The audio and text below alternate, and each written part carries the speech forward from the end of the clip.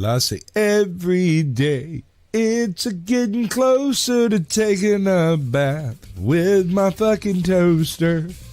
We're not qualified to be judged.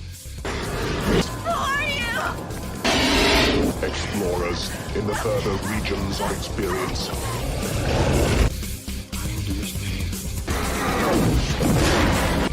If you do not listen to me, Then the hell with you.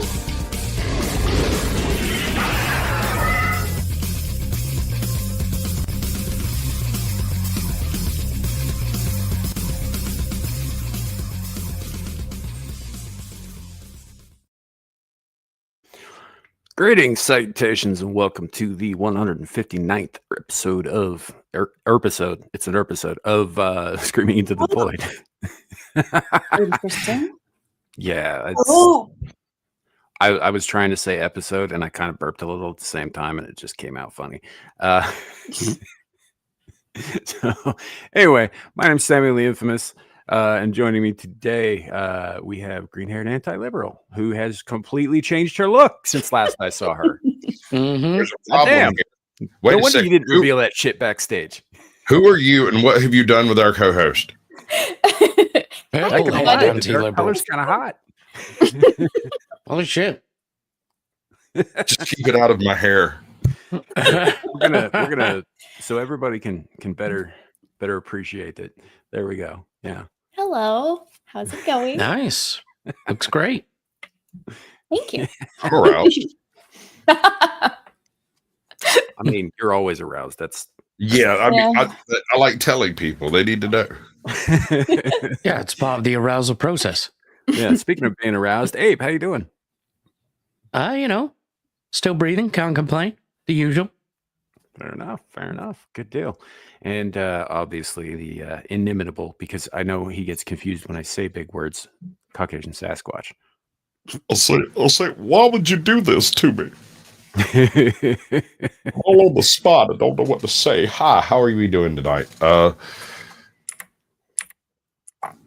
here. I made it. I'm sleepy as hell, but we're gonna do this thing. Yeah, And I we don't- kept him I up don't think all I'm night here. last night, so Hell yeah. Oh, you West Coast fucks got to chill out. yeah. So it is what it is. But appreciate all you showing up today. I'm happy to say that I was able to show up today. You know, could have been in a lot worse. So it was a good sign. Yeah. So we have some things to cover today, but before we do that, we're going to say hello to the chat and all that, and all the usual, and the stuff, and the things, all the things. Smoking Otter, right? Welcome in. Good to see you, brother. We got Scotty Waddles, and yes, I have apparently been slurring my words today. I don't know how awake I am. I promise I'm not concussed. It's been days since the thing that would have done that. So. We've got JB with us. Also haven't been drinking. Hi, JB. Thumping Weevil. That's an interesting handle. Hello. Welcome in. Between me and you, bro, Thumping Weevil is the reason reality has jiggle physics. Sweet. Oh, well, in that case, we all owe you a huge debt of gratitude. Thank you for that. Yeah. John Denicola. Howdy. Got JB. Did I say hi to JB already? I didn't. I did. I don't think so. I don't know. Anyway, hi again. It's his first comment, so. Right. Over on the Rumble side, we got Real Wade Nation Gaming Clips. Hi. Oh, wait. Hi, Wade. How you doing? Got Zillage. Whoa, that's new. I don't know what are you talking about her hair? It's got to be the hair, right? That's the only thing. Yes, that's when I came in. Yes. I now have a question. Do you mind? No, go ahead. Does the carpet match the drapes? No. What carpet? Right? Haven't you heard of my missing bush? Yeah, we were looking Yeah, for it. God It ran damn off in Vegas Yeah. one year and hasn't been seen since. BTK, welcome in. Good to see you. Nukasis, howdy. How you doing, Sass? Good interactive show yesterday. Yeah, it was. It is kind of. I'm glad you guys enjoyed the interactivity of it. Sometimes it's It's really fun for those of us on the panel, and sometimes Larry just likes to make us all suffer. So You can Yeah, tell mostly the only latter. person when the only person laughing is Larry. That's not a good sign. Yeah. Yeah. So, oh man, it's good to see you though. Thanks for coming back. Oh shit, I just scrolled all the way. You know how touchy sometimes the scroll Yeah, on the love it, mouse, bro. It makes live so much more fun. way past the whole thing. Yeah. All right, there But we go. you can Scully Pop. change that, right? Yeah, I know, but I don't. Okay. It's like I use it. I just didn't expect it to fucking jump on me this time. All right, Scully Pop. We've also got Old Blindy in the chat. Hi, Old Blindy. Good to see you. I'm Zaxxon. That's what that looks Oh, like. howdy, Zaxxon. Yeah. Welcome. Once again, over on the Abe's going to get you from the Rumble side. Howdy, Abe. You're in the panel too, so I am. Yes. right past that.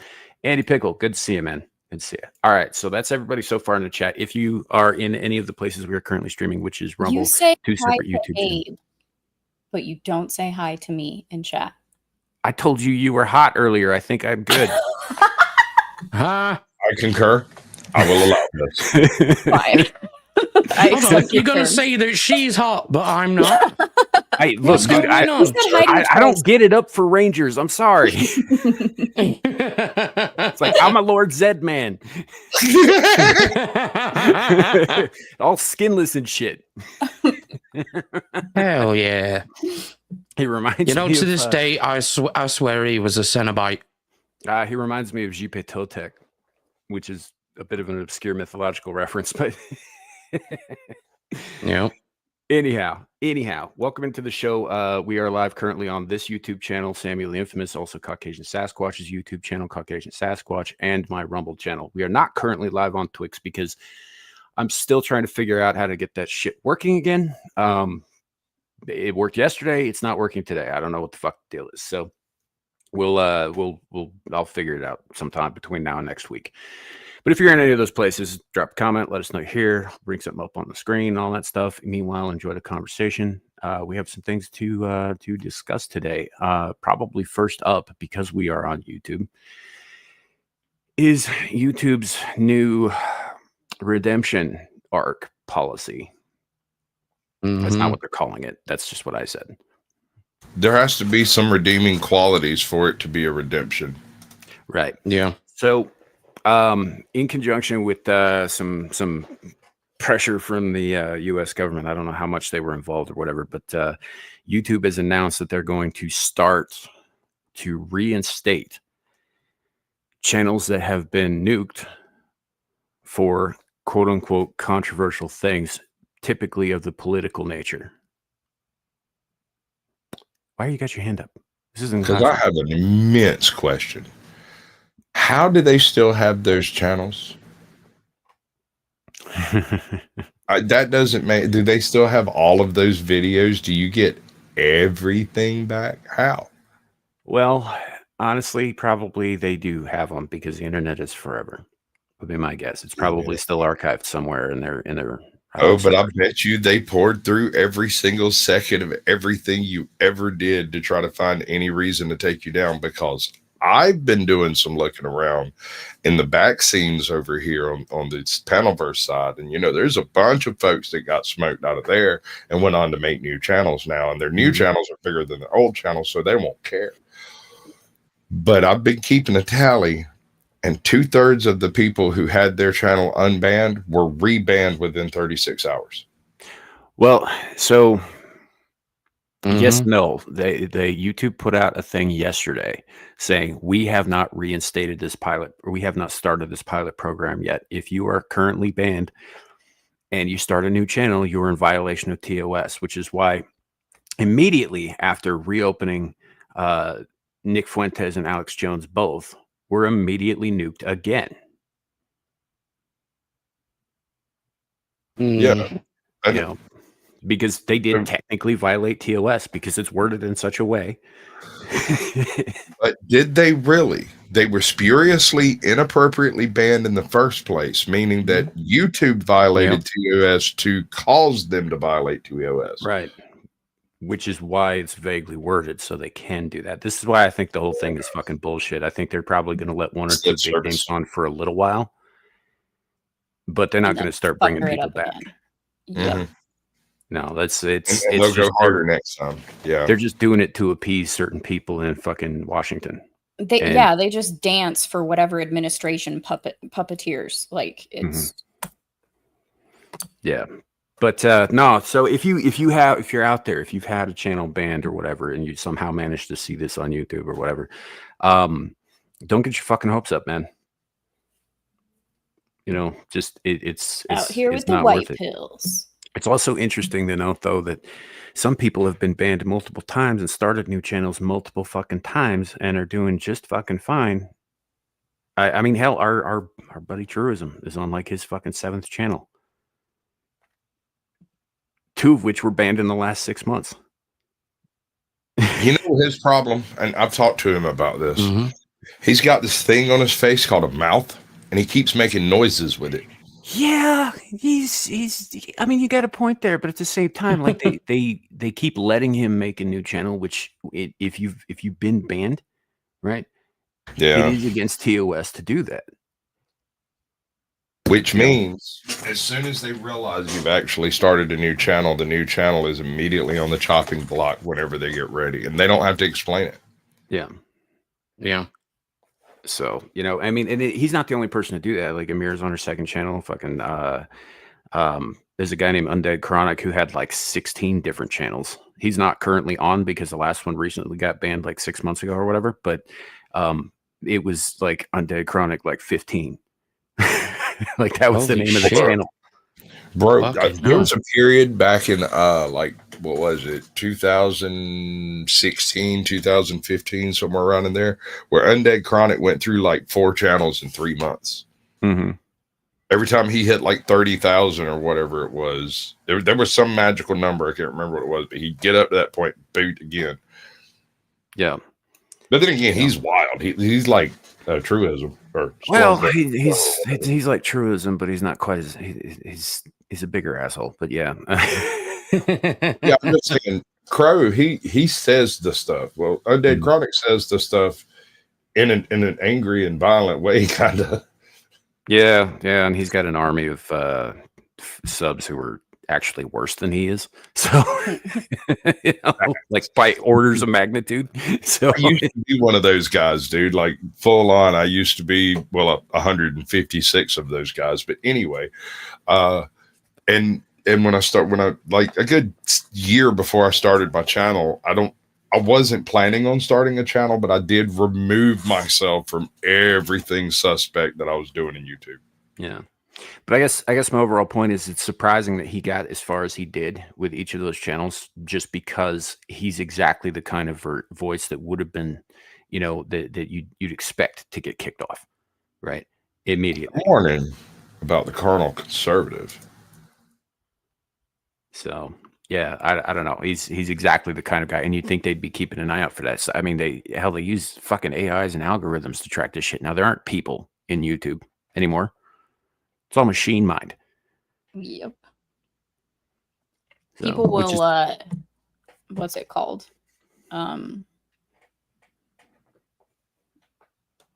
did I start talking if I can't think of the word I'm trying to think of? Because you don't have an internal They'll monologue. dispute something and get a negative back within like minutes is what I've been seeing on Twitter. Like no one actually looked at the dispute of whatever, and it just gets AI botted back. Mm-hmm.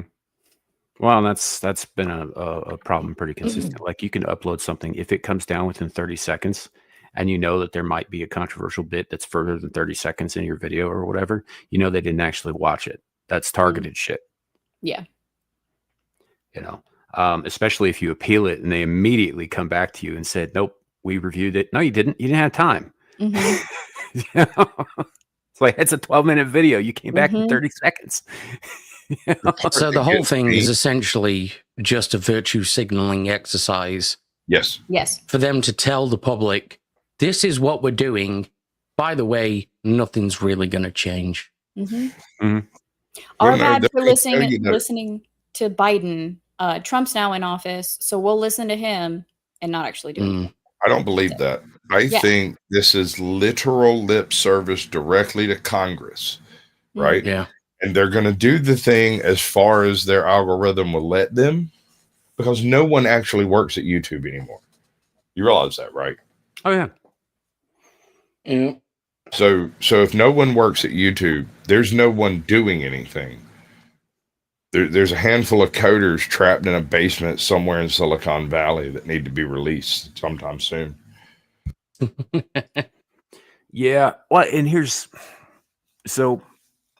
it's of amusement to me that there is nobody there, because now it's all algorithms, AIs, that kind of thing, all programmed to just seek and destroy specific things. And even with the lack of, like, nose ring Berkeley acolytes running shit, right? You gotta keep in mind the fucking algorithms were programmed by nose ring Berkeley acolytes. Yes. Yep. Yes. And I would not be surprised, and it would not surprise me in the least to find out that somewhere at YouTube headquarters or on somebody's desk is a computer where they can just open it and literally pull a slide up labeled censorship. Like, let's just back this down 2 clicks. Getting a little hairy around here. But what's the point? What is the purpose of proving their own shittiness? I don't think it hurts them either way, honestly. No, you're right. I had an No one argument can with do somebody anything. about this the other day. Yeah. It makes people who are not part of YouTube, not part of this ecosphere, they read the headlines, they see what's happening, they can ask around, be like, hey, did they do that thing? Yeah, they kind of did that thing, but they kind of fucked it up. Oh, it's like the people who don't believe that YouTube sometimes takes down videos with no strike, no notification, no email, nothing. Videos up, gets some number of views, disappears with no notification whatsoever. Well, you remember a couple years ago when they were taking down people for quote unquote reused content. Oh my dear God, yes. Like you couldn't even reuse quote unquote your own content. Yeah, own. I had a couple of buddies of mine who got the big thrust primarily because they only used an avatar and no other content, and just making another video triggered the reused content thing because it was not visually distinct. Ridiculous. Yeah.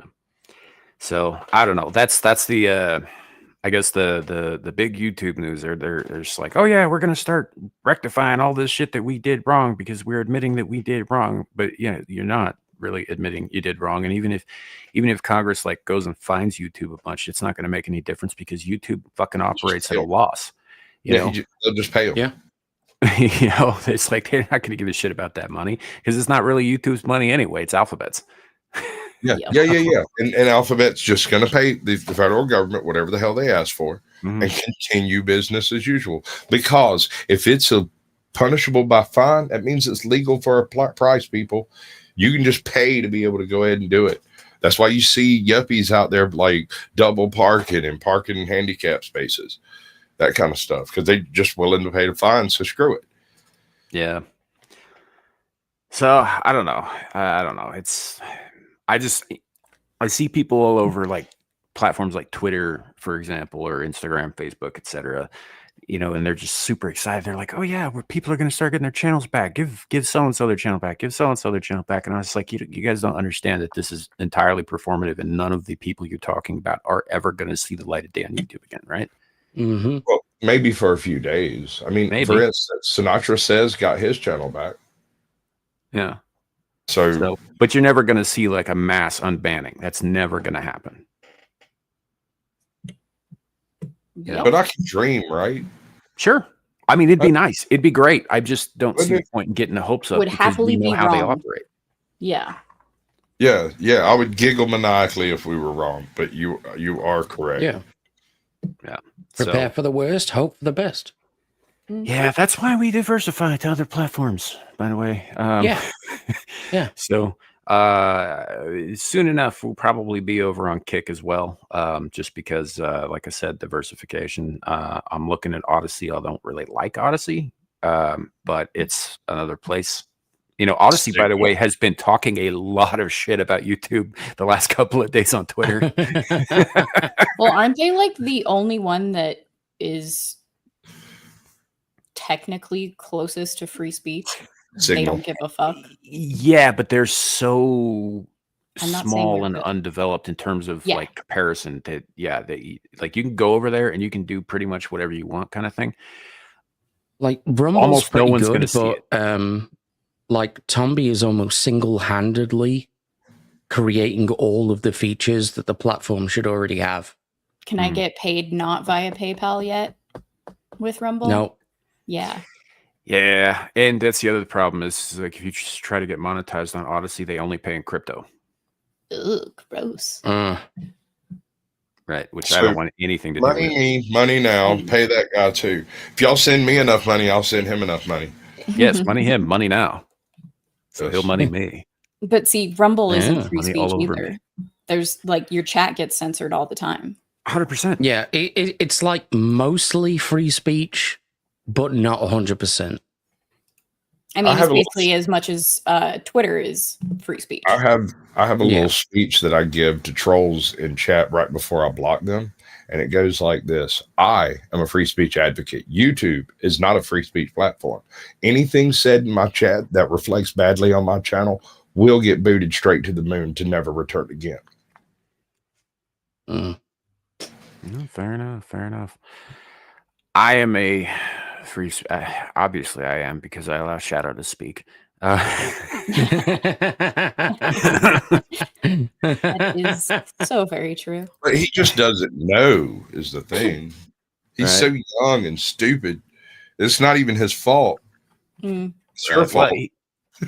Kind of. It's my fault for fucking giving him a place to do it, I guess. He would have found I'm going to another. keep doing it, though. I'm going to keep doing Yeah. it, though, because I do believe in free speech, even if I disagree with about 70% of what that kid says. And I don't disagree with everything he says. Sometimes when I'm verbally and visually disagreeing with him, it isn't because I actually disagree. It's because I like fucking with him.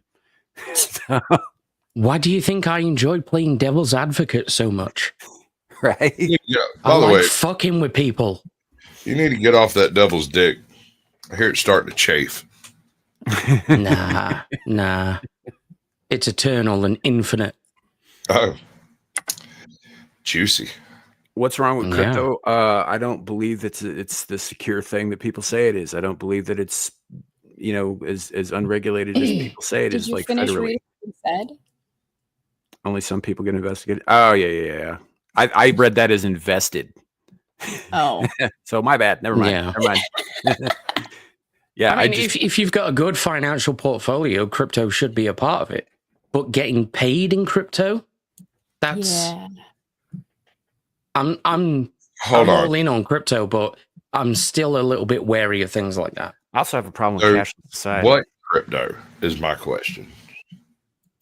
I don't. It's a know good off the question. top of my head. Can I be paid in non-fungible tokens?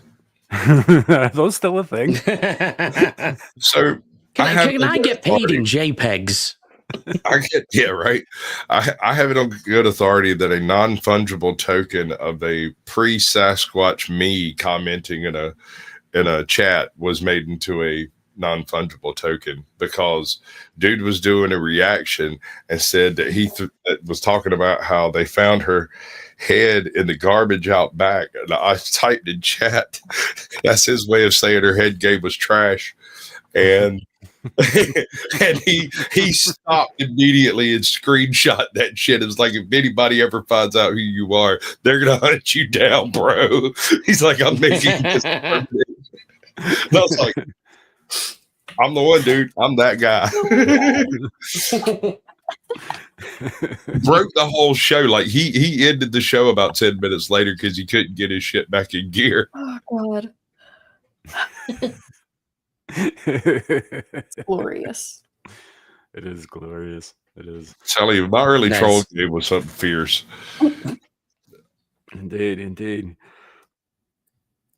Had more channels banned than Alex Jones.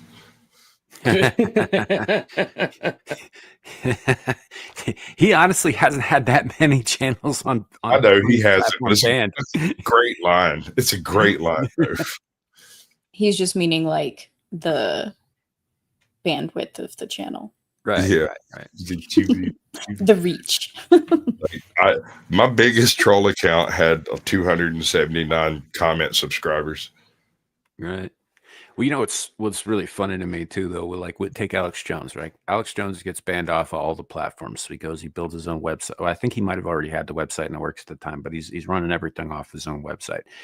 But it got to a point where, and same thing with Nick Fuentes. For a while, you would get your shit taken down if you even said the kid's name. Yeah. Right. He was he who could not be named on fucking YouTube. And then with Jones, like he would go on different shows. He went on Pool, he went on Rogan several times and all that stuff. A lot of those episodes were removed by YouTube because he was on them. Oh, the biggest one I remember. Alex Jones did I think it was Joe Rogan. It gets immediately taken to like the live stream goes through, but it won't trip over to public, right? You could go and see the screen, and it was just a screen of the Joe Rogan Experience, the little freeze frame of the thumbnail or whatever. And the show was not actually there. Like there was, and they're trying to figure it out in the studio because I was listening over on fucking Rogan's site or something. I can't remember. I was watching it anyway. And they're like, what's going on? What's happening? This is weird. Okay, well, screw it. We're just going to go on with the show and do the thing. So they went on with the show. The next day, they uploaded an edited version with all the trash taken out of the show. And it launched. Notifications went out. And when you clicked it, you couldn't actually watch it. And then about an hour later, you could watch it, except at least according to people who shall not be named, that wasn't the show they uploaded. That chunks of it had been edited out, apparently by a non-known third party that was not part of the Joe Rogan thing. What the hell? And I remember that conversation. And then I remember the people who don't believe that YouTube holds their thumb on the slide. You know, there are people out there who fully believe they are creators, and these are generally non-political, like homestead channels, right? And they're just like, oh, you're just talking trash. You're just not doing good content. You're not putting in the work or the effort. And I'm like, I've hosted 297 channels. You're not the first one I've come across. And trust me, some people get an easier time of it. Like some people have really, really, really smashing good shows and you can't find them. You don't get notifications. People don't show up. Like people who show up to my show, some of them got a few notifications. Most of these people just know it happens at 6 p.m. today. So they showed up to see if it was going to happen. Probably had to go to my freaking channel to go see. I think that's probably true of mine too. I mean, looking at my analytics, very few people show up to anything I do, whether it's shorts or the live streams or whatever, because of notifications. Yeah. They just know when I'm doing it. I've actually been really lucky to get any fucking views on the game streams because I just do those whenever, you know. So, with this kind of thing, like they're the notification system, first of all, is all fucked up. It's all kinds of screwed up. You could be subscribed to somebody. I just turn them off. Sometimes you get notifications for channels you're not subscribed to, but you happen to click on one of their videos for 30 seconds one fucking time. You know? Yep. I've got a kayaking channel that's like that. I haven't been subscribed to that thing in 3 years, and yet it's regularly there when I scroll by. Right. You know, and that's kind of irritating. I fucking despise algorithms, honestly. I think it's designed to suck any kind of humanity out of the experience.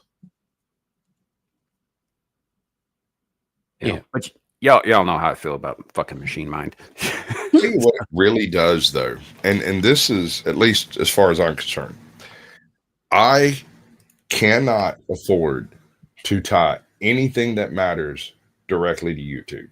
Not money, not success, not any of that, because tomorrow I might wake up and catch 3 strikes from 3 different shorts that were put up 5 years ago. Mm-hmm. Yep. Yep. No-name coders got it right here. Instead of what we subscribe to. Yeah, I hardly. I'm subscribed to 100 some odd channels, right? And that's cut down from what I was subscribed to, just because I don't have time to watch all that shit. I really don't. Yeah. And it ain't anything personal. It's just like I cut out the stuff that I watch the least, just because it's, you know, it is whatever. But even with those 100 channels and all that, I get notifications for I think 4 of them pretty consistently. Well, I turned my notifications off. I got so mad about not getting notified about certain things, because you would figure, like homie said, interest based. You would figure if I show up and watch 25 hours of your content, I might be a little freaking interested in it, right? Right. Only recently have I started getting notifications for Captain Curmudgeon stuff. Like in the past 3 weeks. Yeah. And I've been his co-host for 3 years. Yeah. I was subscribed. Yeah. See, I get notifications for Gal's content because she's pretty inoffensive for the most part with what she actually does on her channel. She just goes to other people's channels to get mouthy. So That's not true. I mean, it's a little. I'm mouthy on my own streams. Yeah, but what But the I also content just actually is, like, you're reading classics to people. You Yeah. know? Like they're not Fine. really going to get too upset about that, provided you're not stepping on any toes in terms of public domain and all that. But I mean, I haven't lately and haven't gotten any type of shit from anybody. So yeah, Jurassic Park is not public, or is not public domain. Yeah, no, it's not. And it won't be till like fucking 2070 something. Yeah. That's how I tested the waters. But as a matter of fact, I had this idea the other day. I was thinking about doing like a full read through, like, because, you know, I've been experimenting with voices and shit like that, right? Of The Hobbit, right? Well, as it turns out, not only is The Hobbit, I mean, I knew it wasn't totally in the public domain, but getting permission to do that is like pulling teeth from a fucking tiger shark. I wondered. Right. How Hungry tiger shark. Yes. The Tolkien estate aggressively comes after anybody who even thinks about using their shit. Yet they let rings of power exist. Look anywhere that you want to look for anything Tolkien based, and you won't find anything Tolkien unless it's Tolkien, right? Yeah, because they will take down anything that gets too close to their particular copyright, or I'm not sure what it is, how they handle that, but it's savage. Yeah. So I mean, just as kind of a side note there, whereas Lovecraft never claimed copyright on any of this shit, even when he was alive. He actively encouraged people to take from him and to use it and to build other things and to build onto his world or onto their worlds or whatever and all that stuff. So like anything he ever published, not everything in the mythos it is in the public domain, because not every one of those authors felt the same way, but all of the stuff he generated, totally free for anybody to do pretty much anything they want with. Yep. You can remix it into a drill rap. H.P. Lovecraft is an absolute unit in that particular field, because the fact that he refused copyright and encouraged them. Have you read The Mound? Yeah, that's one of his best stories, man. The Mound was not written by H.P. Lovecraft. The Mound was originally a short story that he wrote, and ran into some chick on a train, and she just handed it to her. She was like, "Oh, you're H.P. Lovecraft. I love your work. It's absolutely horrible." He's like, "Well, I just finished this." She read it, went home, like gave it back to him. He never got around to publishing a little short work. She went home and wrote an entire thing based on it and mailed it to him. And he published that with his changes to it. And that is The Mound. And it is a phenomenal story that has because you're used to H.P. Lovecraft, right? You're used to the way H.P. Lovecraft functions. There's something distinctly different in this one. Oh yeah, it's definitely got a different feel. Really creeps. It creeps. Yeah. It's a masterful story. Yeah, it doesn't feel right. It feels different from everything else Lovecraft did. So Right. But that's the thing about the dude, right? He probably wouldn't have had any issue if she had taken that, rewritten it like she did, and published it under her name. right. Yeah. But You he is I think he published it under his own name and then credited her before his death. Yeah, something like that. Yeah. But yeah, he's, like say there's a lot of other things people will talk about that's not so great. But in this regard, he was like, obviously, I think people should have ownership of their property. I think people should get paid for their work and all that stuff. And I honestly, I kind of wish he'd been treated a little bit better by the fucking publishers who published his shit.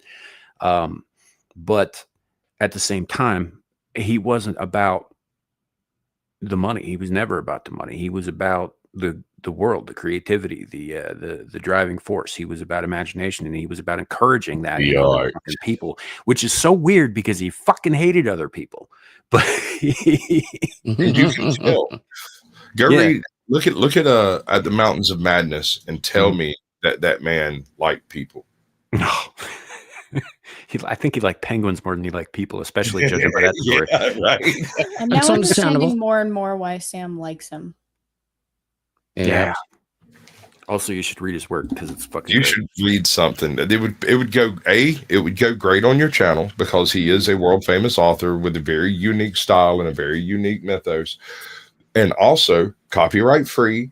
Yeah. And it is literally the basis of most existential horror in works today. You just about can't get away from it if you're going to go cosmic. So Zillage is asking for suggestions. So for me personally, I would say the Dunwich Horror, definitely. Dunwich Horror. The Mound, absolutely, is fucking fantastic. The Thing on the Doorstep, the Haunter, the It's all Dark, over Innsmouth. the the Whisper in Darkness is one of my absolute fucking favorites. Color Out of Space, Call of Cthulhu, At the Mountains Obviously. of Madness. Dude, I mean, one, you don't. actually. There's no chronology either. You could pretty much start anywhere. I would probably stay away from the horror at Red Hook and some of his earlier poetry. Just at first, right? Wait until you've settled in. Get through Mountains of Madness first. Once you've covered all of that ground, then you can look. But what is it? The Hole over Innsmouth is another really good one. The Shadow over Innsmouth. My bad. Yeah, The Shadow over Innsmouth is also fairly early. It's after the horror at Red Hook, but it shares a lot of the elements there, but it kind of like masked a little bit better. Well, the thing about The Shadow over Innsmouth is that at no point in time does anything actually nefarious start happening, right? Mm-hmm. You go through that whole book, and the creep factor is all about the fact that we don't know what it is, we don't know what it's doing, and everybody in the neighborhood has become so creeped out that they're all starting to act like midnight creatures. No one comes out in the day where they can actually see it. They don't. This is an English town, stiff upper lip and keep calm and carry on type shit. They're still going up and down the high street doing business with this huge black hole above them in the sky. Mm-hmm. And it has also, an effect. yeah, it does. I would also highly recommend of places, if you're more into like kind of audiobook kind of things, there's a channel called Horror Babble here on YouTube. The guy who runs it, Ian, does fantastic readings of all kinds of stuff, not just Lovecraft. Mm-hmm. Lovecraft is kind of how they made their mark, but he does all kinds of stuff. And in the last 2 years, he's been writing and publishing his own works in the mythos that he's also narrating and created new characters and stuff that definitely would do that. But in the Dunwich Horror in particular, they did it in a kind of a radio play style where you're getting the whole story from like fucking bar patrons and shit who are telling it to the guy who's writing it down. It's very cool. Also, he did like a 22-hour video of the entire Cthulhu mythos. It just goes through like all of it. Nice. Yeah, really, really good stuff. I highly recommend that channel. Ian and Jen, the two people who run it, do fantastic work. So yeah, I listen to it at work all the time, man. I covered almost all of their early H.P. Lovecraft stuff, because your choice, if you're going to be listening on YouTube, really, honestly, your choices are, you can go find some random dude with a decent voice that does it, and it's probably going to suck because they're just doing it in their closet at 2 a.m, huffing a vape, or you can go listen to H.P. Lovecraft read his own works, which I suggest you do at least once, because to hear that man speaking directly into the microphone about the very depths and existential horrors of every aspect of a human condition. Like, yeah, but dude, like it's a banger. It's a banger. Actually, I would really enjoy, Gal, if you had done like, not even like one of his longer stories, like At the Mountains of Madness is a novel. For instance, most of his stuff was short stories, but he did do a few short novels and whatnot. But I would enjoy it just because, like, for those of you who don't follow Gal's channel, you really should. They're a lot of fun, these live streams she does where she reads to you, but also because a lot of this stuff is from a considerable amount of time in the past, right? There are terms that are used that are either not in common usage today, or their meanings have completely changed, that Gal will run across and have me define for her in the chat. And I think Lovecraft would be fucking perfect for that, because I can't imagine how many times you'd run across things like squamous, for example. Bro, I don't do that. I don't just read and then side eye my camera and say, Sam. Yeah, it means it means frog-like, by the way, squamous. Thump and Weevil. I know what that one actually means. Thank you. Thump and Weevil asked a question. I think I kind of feel offended by this question a little bit. I've seen a lot of movies that are based on and inspired by his work. Yeah, all of it? No, probably not. I probably missed some. But I did work in movies up until like 2009, so like rentals. So I've seen everything. That's the thing, though, is because his work is pretty much open source, right? There is a lot of shit out there that I've never heard of. I don't think I've seen anything of his. Once you get online, dude, it is absurd how many sexy cosmic horrors there are floating around on the internet. There's some pretty gross ones too, like what was it called? The Call Girl of Cthulhu. That one's I love that one. That one's fun. But there's this one bit where these titties turn into these like fanged mouths with tongues and shit and come out of a computer screen to eat a guy. The ones I can't remember where I saw this crap, but there's one there where it's the exoskeleton chitting stuff, and home chick can fire her nipples out like freaking harpoons to barb and catch people and drag them back. It's freaking wild, bro. Species? That it made me think of Species, but I think she does that too. But I wonder whether they came across this or they came across that. But this is more of a Cthulhuan kind of artwork. It's wild. Fair enough. But yeah, there's a lot of stuff out there, and some of it isn't actually technically Lovecraftian, but like John Carpenter's half his fucking library was inspired by Lovecraft. Half his. I've said it before, and I'll say it again. Mm-hmm. One of my favorite Lovecraftian films is still Glory. The one about. Yep. Did you mean Glorious? Glorious, yeah. Okay, because I was thinking the fucking Civil War film with the black people. And I'm like, what? Close enough. Yeah. Demons from another dimension, black people. Are you Mormon, sir? No, you're talking about Glorious. That's what it was called. Yeah. Glorious is that's a fucking great film. Yeah, it is. I had a couple of issues with it, like the fact that I figured out the plot before it got to the point where it told me what it was, and the fact that the ending is slightly predictable. But overall, it's pretty enjoyable. Yeah. So and as the name implies, chat, it does involve a glory hole. So yeah, it does. Mm-hmm. It's fucking great. It's a fun movie.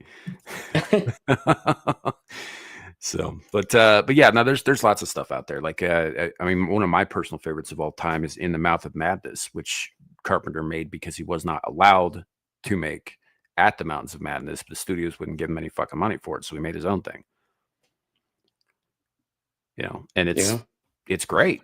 Honestly, in fact, some of the intro video was clipped from that movie. There's a lot. Like, there's a lot. It's been public domain since the dawn of time. And so when people are like, hey, I want to make a scary monster, here you go. Every form of flipper and tentacle you could imagine. ATL Transparency News. I still cannot figure out how you bottom feeders get good-looking girls in your panel. I'll tell you how. We talk to them. Yeah, we actually utilize our skills and our charm, and we send them a link. That and well, it's more of a case of, hey, do you want to be on the panel? Cool, right? You know, I mean, you know, in Gal and Anna's case, I'm actually friends with both of them outside of the internet. So I mean, technically speaking, he literally did what Abe said. He just randomly reached out. Yep. All we knew of each other was talking back and forth in like live stream chats. Yeah. I think I might have the most or oddest or most questionable introduction to Sam. I was tipped off to Sam by Mandatory Carry. Yeah.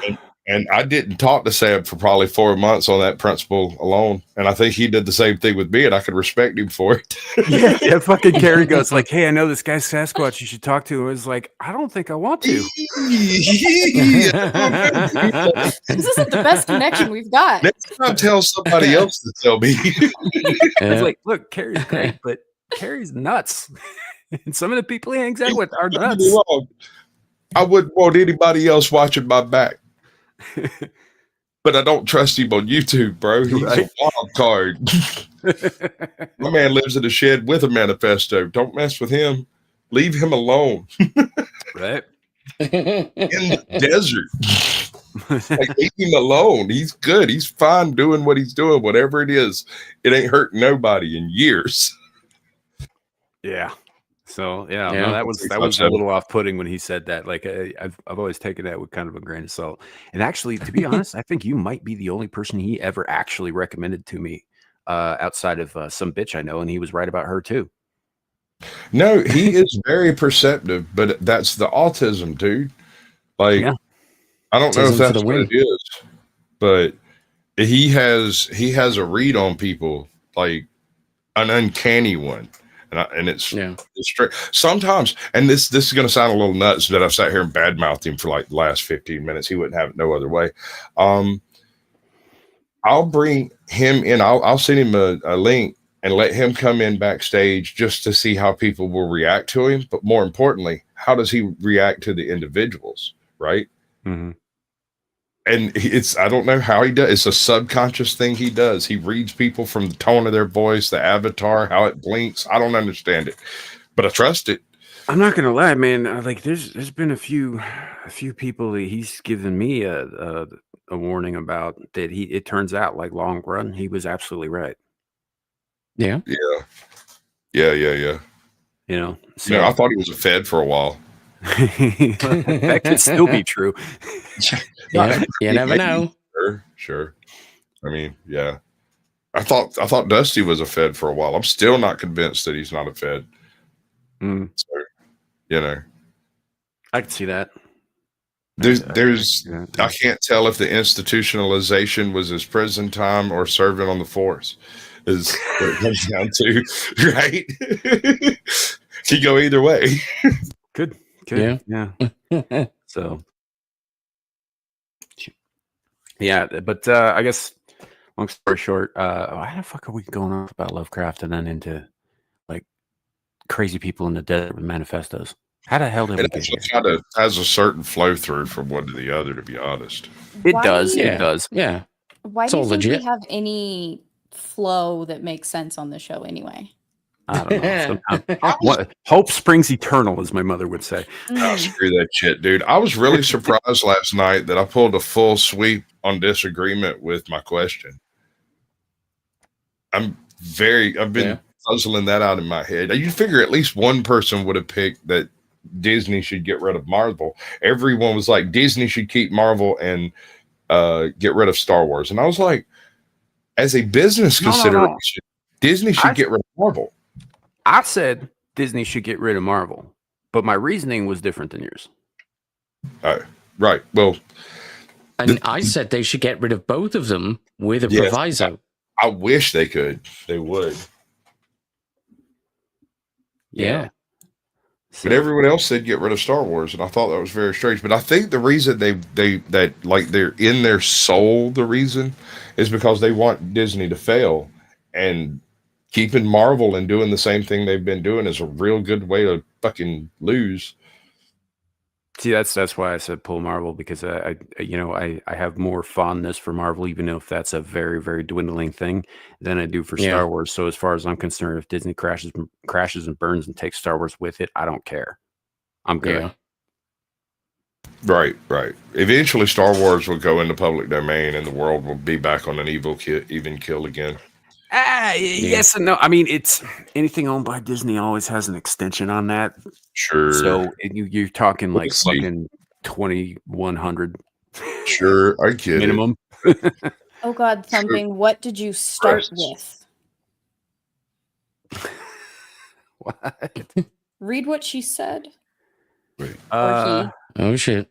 With it. I started Star Wars for the first time today. And so that's why I said, "Oh God, what did you start with?" Yes. If it's a New Hope, we're good. I kind of want to drop the link and bring her ass up here so we can give her a good talking to. Well, it depends on what she started with before she really needs a good talking to. Yeah. Because if it's a New Hope, then she's in the clear. Well, yes and no. I mean, you can't see the original version of A New Hope. That's gone. Episode 1. You know, like they after the special editions came out, they purged all of the original copies. So I have the originals anymore. I have all. If I'm not mistaken, I have all 3 of the originals on VHS in there. Wait, Squatch, did you just say that she needs to start with episode 1? No, she started with episode 1 in chat. Oh, I missed it. Oh, I mean, okay, that's not the worst place. I mean, now it used to be. It's a pity my friend Stasis Geek, who I know is watching right now, isn't here. Otherwise, he'd make a great addition to the panel for any Star Wars discussion, because he knows his shit. I'm a fucking hardcore Star Wars nerd myself. I lived and breathed Luciano and who did the Thrawn series?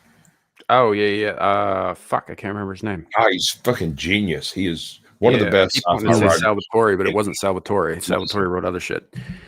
Let's see. Karen Travis did all of the Timothy Zahn. Timothy Zahn. Yes, Timothy Zahn. Anything that man writes. But when he's writing Star Wars, he's in a specific zone. He does it exceptionally well. Alan Dean Foster did some cool stuff for him too, but they kind of fucked him over, by not paying him. I can't remember what Karen Travis's new name is, her new last name, but anything she's involved with is typically solid Star Wars lore. Yeah. She's the one who came up with all of the details that are in the Mandalorian culture that we have from what was canon. Most of which was only published in Tales of the Jedi originally. Originally, yeah. Which is a comic book series and not a novel. Right. Mm-hmm. And she was, and this is another one of those things, an avid fan of the comics. And so when she wrote the Hard Point and what was it? It was all the Clone War novels from the Clone Wars into becoming the Empire. She wrote the Fist of Vader, Five-O Firstest. She wrote all of that. So in that there's a character named Scarada, and Scarada is a true Mandalorian, meaning that he is not only born from 2 Mandalorians, he was also adopted by a 3rd Mandalorian as his son. because because you're born to Mandalorians doesn't make you Mandalorian. You have to take on the creed, and you have to be part of the cult, and you have to do all the things. And it's like being a Spartan. Hardcore. Well, yeah, and look, there is a Mandalorian homeworld, but they were an empire. They were an expansive force. Most of their people weren't born on the homeworld, right? Like it's the same as being a Time Lord as well. Like being a part of a religion, not a part of a species. Yeah. Rad Dad Kalskarada. Think Mongolian horde in space. Yeah. They're the travelers, they are the gypsies, but every single fucking one of them is armed to the teeth. It's part of their religion. They are armored and armed. Now, their armor, and this depends on what part of the creed they're in, their armor might be just a helmet and a breastplate. That's it. Yeah. Mm-hmm. Or it might be a full freaking suit, like an Iron Man suit with Hulkbuster build. It could go either way on that. But the important thing to remember here is that neither Boba Fett nor Jodo Kast, nor even the progenitor of Boba Fett, I forget his name off the top of my head, were true Mandalorians. That's right. They wore the armor, but they were not they weren't even from there. Well, to be a true Mandalorian is a very rare thing. To be Mandalorian is to abide by the creed. But the Mandalorians, by the time that Jango Fett, that's his name, Jango showed up, were more or less extinct. Sort of. Well, not really, because when after the Scarada event, they took on a huge number of the clones. And the clone descendants are the quote unquote new creed Mandalorians. And that just kind of died out when Disney bought, and nothing ever came of that. Yeah, but all those clones also had like foreshortened lifespans too. So I don't see that. No. The clones themselves aren't the concern. The clones fathered 500,000 children. These 223 clones they shared everything. They They even shared wives in some cases. There were cases where the squad or whatever would get together and be like, well, 5's died, but we can't send nobody home to Lily. So 10, you're going to grow your hair out and you're going to start talking with a California accent. Go get her. They took care of their own, like really, really, really hardcore. And it wasn't that they were trying to pretend. It's just that once you marry into this part of the creed, if you're abiding by the creed, then you are protected by the creed. All of them. And they were hardcore. They were full-on battle clones, bro. They were This is starting to sound more and more like Mormonism. or Islam. Yeah. Or actually ancient Hebrew Judaism is that's right. Because here's the thing. They don't force anybody to join the creed. You can't be forced. It must be a willing thing, right?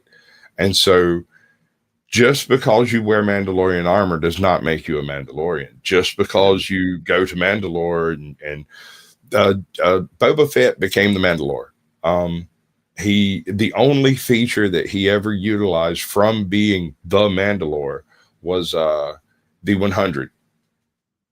And he only used it twice, maybe 3 times that I can remember. And once was specifically to save Luke Skywalker's ass, because if he dies here, he couldn't get the bounty. And that evil bastard's worse than Luke. So I'm going to wait until Luke kills him, and then we're going to snatch Luke's ass out of here and go get the bounty. All right. Of course, it didn't go that way, but yeah, I don't know. I don't know.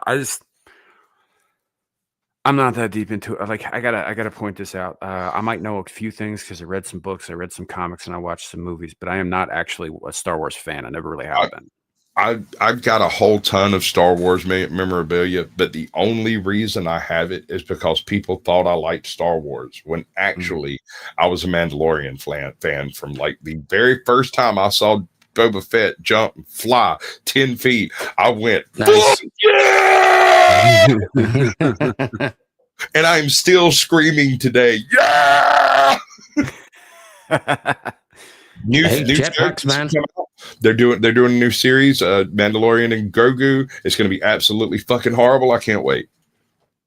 I don't want anything to do with that shit. I haven't watched Acolyte. I haven't watched Andor. I haven't watched anything past fucking like Mandalorian season 2 because that was some bullshit.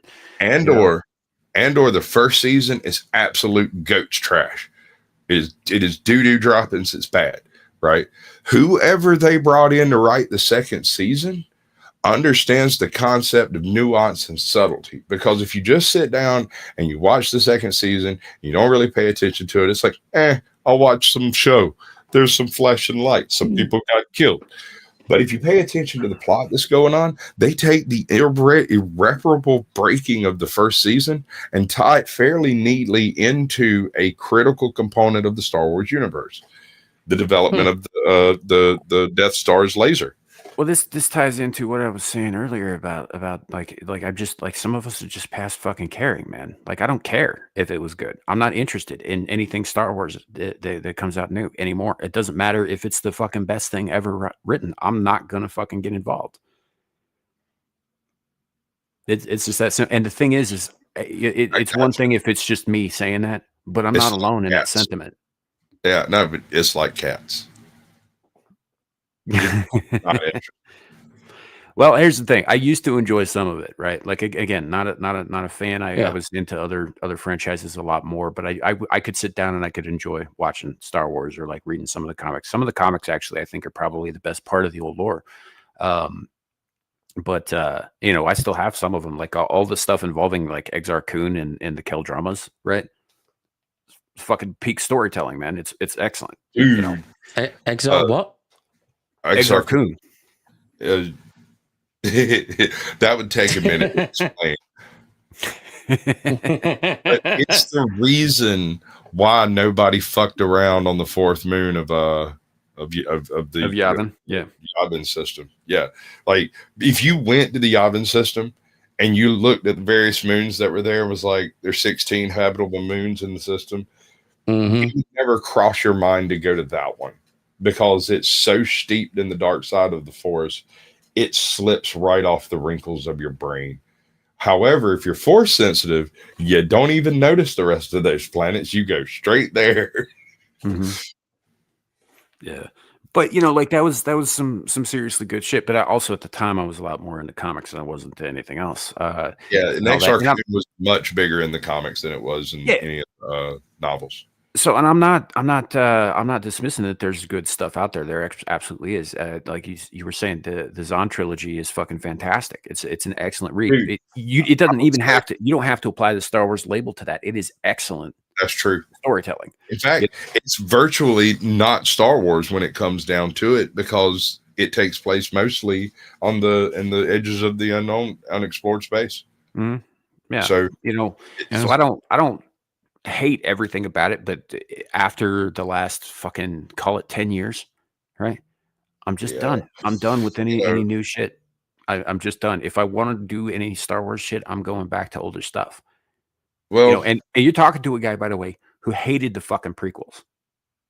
I get it. I hated them when they came out. I still hate them. There are people who are like, "Oh, the sequels make the prequels look way better now." No, they don't. They're still trash. They're just less trash than the new trash. Allow me to explain. The only way that I know that I'm alive is pain. I will watch it. I'm gonna, if it claims to be Mandalorian, I'm either gonna watch it and love it or watch it and hate it. Either way, I'm gonna talk shit about it on the internet. Because there are much more efficient ways to feel pain. That's all I'm saying. I'm just putting some lemon juice in the paper cup, bro. Don't judge me. Oh no, it's nice. It is what it is. And look, to be perfectly clear, chat, for those of you out there who do relish Star Wars and are into every little thing and all that stuff, like I don't hold any I don't have a problem with you. I'm not my buddy Adam. I don't care that you like it. In fact, I hope that you do enjoy it. I really do. It's just not for me. That's all I'm saying. And I use some pretty explicit language to detail how it's not for me sometimes. Inflammatory, one might say. I did Inflammatory, not like a bag of finish dog Ahsoka. poop on a doorstep. I did not finish Ahsoka. I forgot that even happened, man. I didn't even watch it. All right. So my wife was super pumped. She kind of feels about those Togruta folks like I feel about Mandalorians, and so Really? yeah, it's weird. Don't start. I watched all of Ahsoka. I watched all of the Acolyte, and it seems like I've done it backwards because more people have said that Andor was probably the best Star Wars show. No. And I only watched like the first episode of the first season, and I just got bored. Skeleton Crew. If you like the Goonies, watch Skeleton Crew. It's actually a really fun watch. Makes no sense and is totally untied to the Star Wars universe, but it's a pretty good fucking show. Yeah. I mean, if you like the Goonies type of, Monster Squad, 1411 Transylvania Drive type of stuff, that kind of thing. It's a pirate. It's an old school pirate thing. Like, well, I suppose it's aimed at kids more than the other shows, really, isn't it? Sure. Okay. Sure. I'm just saying, man. It's a fucking fun watch. They've got this. They find this old freaking ship, right? And naturally, it's a pirate ship, but they don't know this, and they accidentally kick it back to life. And so it tries to complete whatever mission it was doing when it crashed. And it's fun. It's a fun one. I didn't expect to like it, and I ended up watching the whole series in a day, like the whole thing. Oh, really? Yeah, no, it was stupid. I was supposed to get up and drive somebody to like South Carolina, so I was expecting the day to be completely shot in the first place. And I get up, and homie calls me up and is like, "Oh, my dad took me last night." And I'm like, "Great, it's 6 a.m. What am I going to do with myself?" Click. Oh shit, it's midnight. I need to go to bed. It's good. Nice. I mean, it's everything. Those are the best days. When I say it's the Goonies in space, it's the Goonies in space. You already know everything that's going to happen in that movie, but there's some wokerati bullshit in there, and it's all of that. But at the same time, it's a good. Yeah. It's fun to watch. There's traps. There's treasure that you can't have. It's good stuff. I'm sorry. I enjoyed it. They have a little Asian kid who squirts like oil out of his belt buckle. Oh, of course. It's a necessity. Not exactly, but they do have this one little girl that has some type of a disability, and she's got a super computer robot in her brain to keep it from being a problem.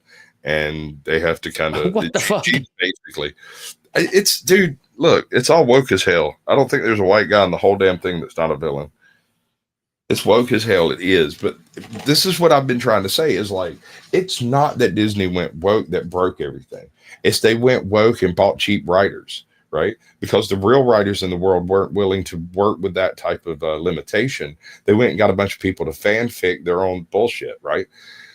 Hence, it's second-rate, low-rent material, which is exactly what I don't care how much you pay the person to write the shit. That does not make it better, right? And in this case, they happen to choose a topic and a method and a delivery and a plot, and the individuals in the show have a pretty good chemistry together. And was it Ewan McGregor? It's not him. It's someone else that vaguely resembles him. It's the other guy. Anyway, the dude that they've got to play the big bad guy that's like, I don't know, half the time he's a hero, half the time he's a bad guy. He might be a fucking Jedi. He could be a Sith. Nobody really knows. It's a good watch. It's fun. Is that some of that fucking gray Jedi bullshit? No, this is post Empire untrained Jedi bullshit. Like, he learned it from other people who had figured out a little bit here and there. There's the implication that he may have been one of the unattached Padawans that Anakin didn't kill, but there's no proof of it. There's like this one dream. Yeah. You don't even see the dream. It's just a red lightsaber. No, it's a blue lightsaber and a silhouette, and he wakes up. And it's like, and everybody's sitting there looking at him, and he just looks around. They're like, bad dream. And he's like, And in my mind, that's just Vader right over yonder somewhere, aware that another Force user has entered the chat. Yeah. He didn't play that shit. Anyway, just if you get bored, you got some kids around or whatever, and you want something to put on the TV, give it a shot.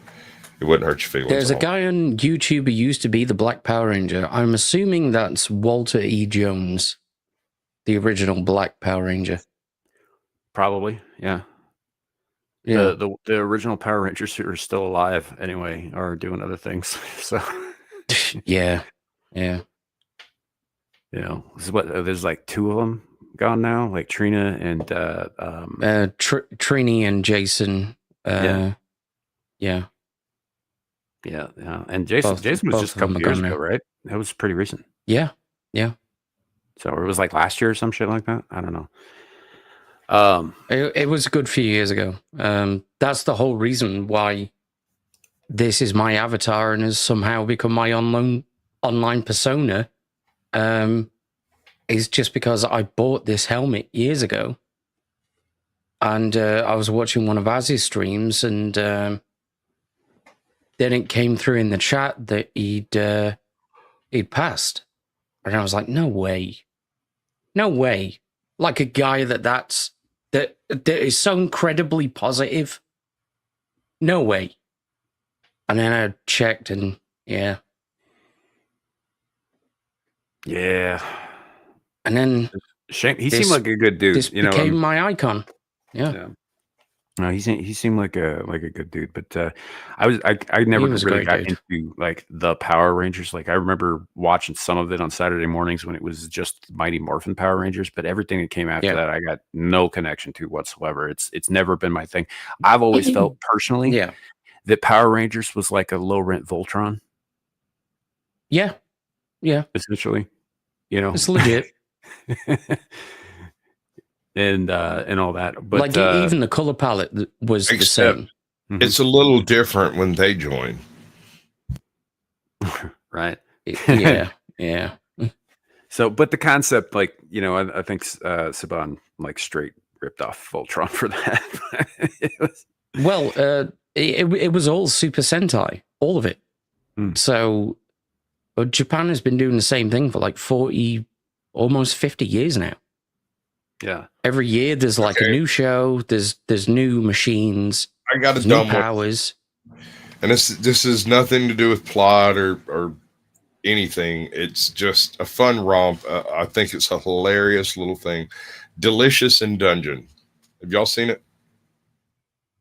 No. All right, it's available on Netflix, and I don't know. There's like 2 seasons of it. Basically, at the very beginning, there's this powerful party that's fighting some stuff, and they get wiped, and a couple of them manage to get out and resurrect a couple of guys, but somebody's still stuck in there, and they might still be alive. I mean, just because you're eaten by a dragon doesn't mean you're completely dead. If we can retrieve your bones, we can bring you back, right? Okay. But they're broke. They got nothing. They've lost everything. And homeboy is like, my sister's down there. I'm going. But we're broke. They're like, what are we supposed to do? He's like, I've got a sword. I'm going to go kill some monsters and eat them. Okay. We are going to go get my sister. And they look at each other. They're like, has this ever been done before? And the mage turns around and goes, well, I do have this cookbook, but I thought it was a joke. Are you serious? And he's like, absolutely, give me the cookbook. I'm going to read it. Of course, he can't half-ass read. Anyway, they go off into the dungeon, and they find some dude that's just been living there, right? He's been living in the dungeon. He's got to be some kind of just absolute badass, right? He's just living there, eating the monsters in the dungeon. And so each episode has a meal that they prepare. It's childish. It's such a fun thing to watch. Yeah. I don't know, man. That's so much shit that I just I'm sure your take on it is absolutely correct, man. I'm sure that it is. I've got this bias, you know, that I just can't get past. So, hey, look who's back. Hi. Sorry. JD's back. Oh, hello. Looking all 8 Mile and shit with the beanie.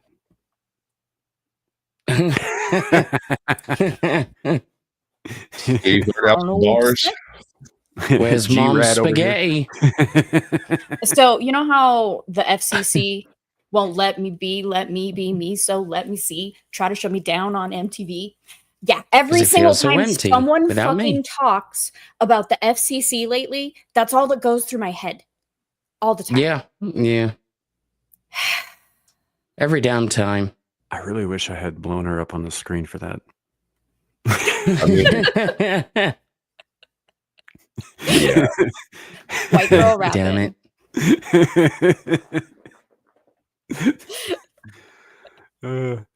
Good stuff. Yeah, she has more rap ability than you do. Yeah, I know. And you're black, dude. What the hell?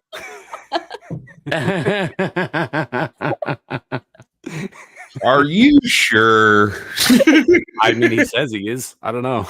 Yeah, I know a lot of people who say they is, and they ain't quite as. I mean, this ain't like a D-Day Cobra situation where he says he's black from the waist down.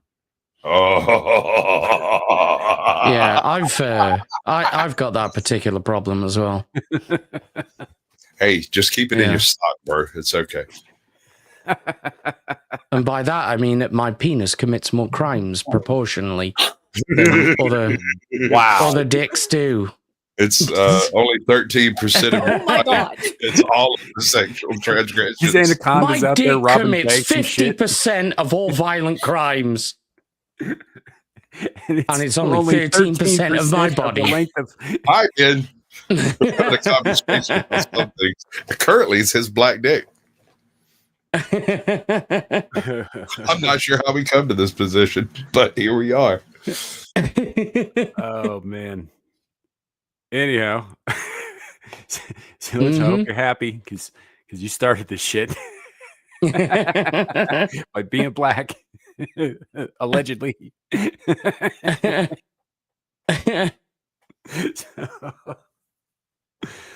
Oh man. So you guys heard anything about this 31 Atlas object?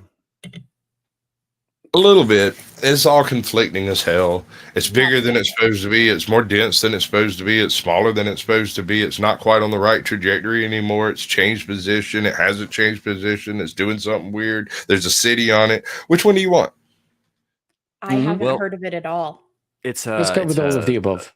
A quote-unquote interstellar object, like a comet supposedly passing through the system, says it's supposed to get near Mars pretty soon. So one specifically that I'm referring to is one that came up to my attention last night, where apparently a coronal mass ejection from the sun targeted it specifically. Nice. I've been trying to do that for years, dude. Cool. So the sun is a weapon now. I think the sun is it has jealous God. I've been trying to aim it at Jon Stewart, and it's just not participating. Listen, the sun is many things. Okay. It is. Yes, he is. The sun is a massive incandescent gas, a gigantic nuclear furnace where hydrogen is built into helium at the temperature of millions of degrees. Are you quoting They Might Be Giants? I fucking am.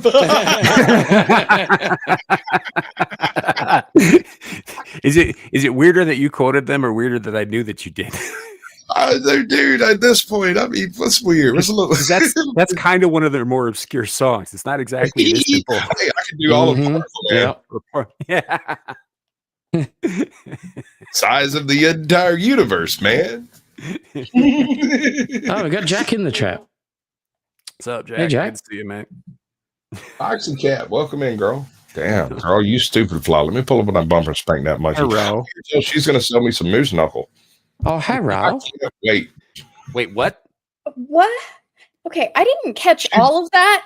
No, she's and a then big I heard hunter. moose knuckle. No, she's a big game hunter. I asked her. Wait, no, I couldn't get her moose knuckles. She says she's already out of moose knuckles, and I'm going to have her beaver, and that's perfectly acceptable too. So many things. And they're all legit. See, where I live, moose knuckle means something I think probably a little different. Yeah, you got camel toe for women, but moose knuckle for men. You know, when you get the pants so tight that it puts one testicle on either side. Yeah. Mm-hmm. That's probably why she wouldn't give me Moose Knuckle, and I'm gonna have to pay for the Doesn't beaver. have one. Yeah, that makes sense. She said she didn't have one. Oh God. Anyhow. Hi. apparently the sun, which has been doing a lot of fucking weird shit. Like there's been some stuff out there that I haven't looked fully into, but I've heard rumors of like holes on the fucking surface of it. You know, like absence of matter kind of thing. Yeah, it's decided to take action against interstellar invading objects. Apparently, I've read about that. I can't remember the name of the author. It might have been Harry Harrison or E. Doc Smith, one of them. The premise of it is the reason humans were on Earth was because we were the chosen violent species to fight the galaxy's wars. And when another galaxy shows up to this galaxy to fuck around, they find out because the sun is our local protective weapon to keep anybody from messing with Earth. Because if they ever happen to need 4 billion insane monkeys, they know where to get them. Right? And they just come take That's a hell of a everybody. theory. Well, it's a weird book. It's a really weird book. One of the guys in there calls himself Reynard the Fox. It's a really weird book. Wait, yeah, Reynard the Fox. I might have missed something here. Are you talking about the magicians? No, well, because there's a Reynard the Fox in there who's a rapey god. Yes. Okay, so that's part of the joke is that whoever wrote this had apparently read that. And so when he says he's Reynard the Fox, initially he's here like some kind of a savior, right? But then you find out that he's worse than the bastards he just saved you from.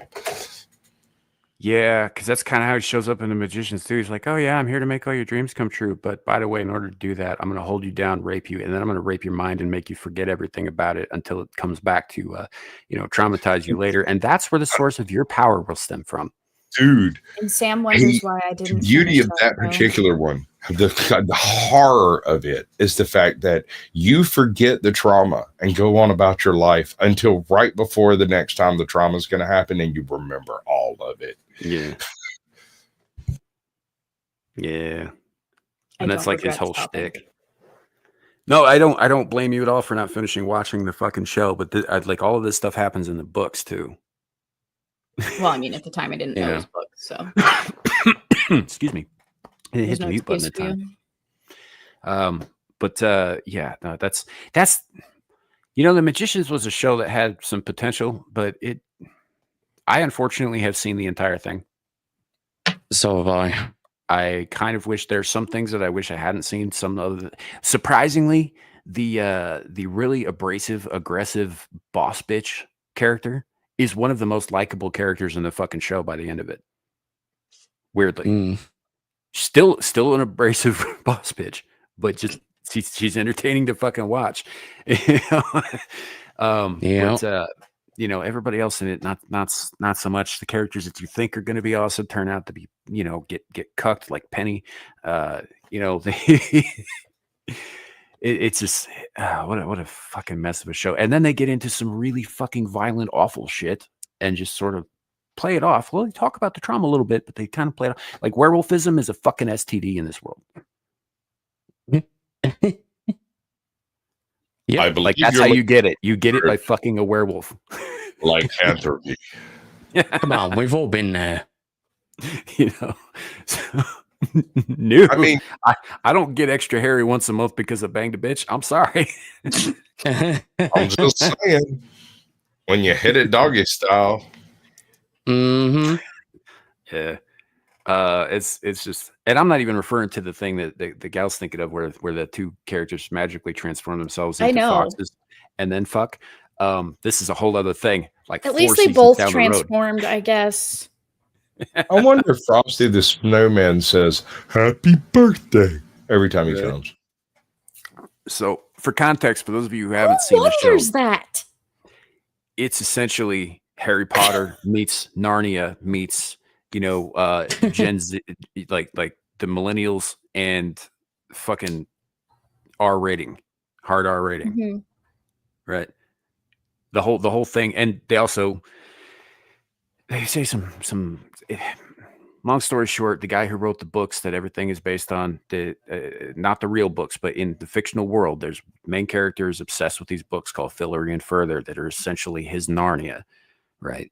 And then he finds out later that the guy who's hunting him, whose head is made of moths, who has 6 fingers in each hand and is like pulling people's fucking eyes out of their sockets and making smiley faces with the blood, is the boy who was molested by the original author of these books, who found his way into that world, gained real power, and came back to take his revenge on all things that live. It is fucked up. That's true. That's actually quite a concise description of it. That's perfect. And that's season 1. Yeah. There are 5 of them. Yep. And I think I only got 3 or 4 episodes into it before I got it, because that was early on. Yeah. I mean, there's more to it than that, but that's the bare bones of. It was interesting, and then fucky foxes. Yeah. Humans. Yeah. And I was like, yeah, and that was the funny thing about the fucky fox humans thing.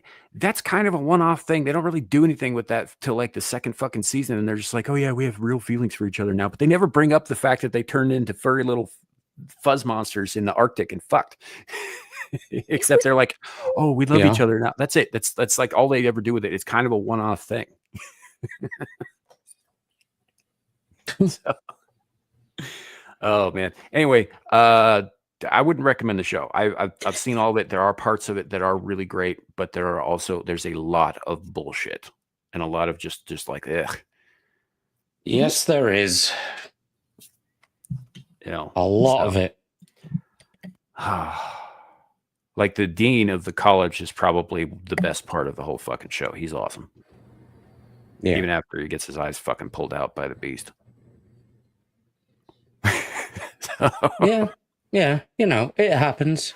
Yeah. So, I can't remember the name of that actor, man, but I've seen him in a bunch of stuff, and he's always worth fucking watching. Yeah. I just found a new channel. It's God. Okay. Hello, God. Can you hear me?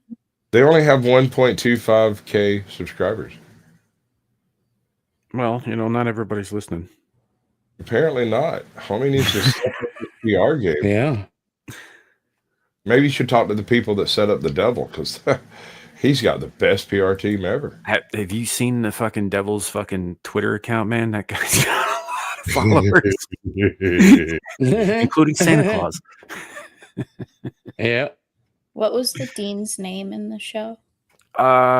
Dean. I want to say Weathers, but that ain't it. I'm just going to look up the magicians because that will tell me in the cast list. Okay, so none of them say Dean such and such. That's why. No, but I'll know when I see him. Rick Worthy. He played Henry Fogg, Dean Fogg. Rick Worthy is the name of the actor. Fantastic fucking actor. He's been in tons of stuff. Yeah. I got introduced to him on BSG when he was running the farm on Caprica. Yeah, that's where I know him from. Yeah, originally. And then he plays like the father of all vampires on Supernatural. He's done like he's all been kinds in a ton of shit. Hey, he was the head of the Black Commies in The Man in the High Castle, the ones in Colorado. Yep. Yeah. Really good actor. So I think I've I couldn't watch Man in the High Castle, dude. I tried real hard. I also tried to watch Americans, and I couldn't watch it either. I got about halfway through Americans before I got kind of bored. The concept is great, but it just, I don't know. It got. It's like an old shoe. It's like an old shoe. It's got a certain nostalgia factor to it that wears off quickly. Same thing with Man in the High Castle. It was really lovely, amazing concept. I loved The Man in the High Castle until about halfway through the 4th season. Then it falls off real fucking hard.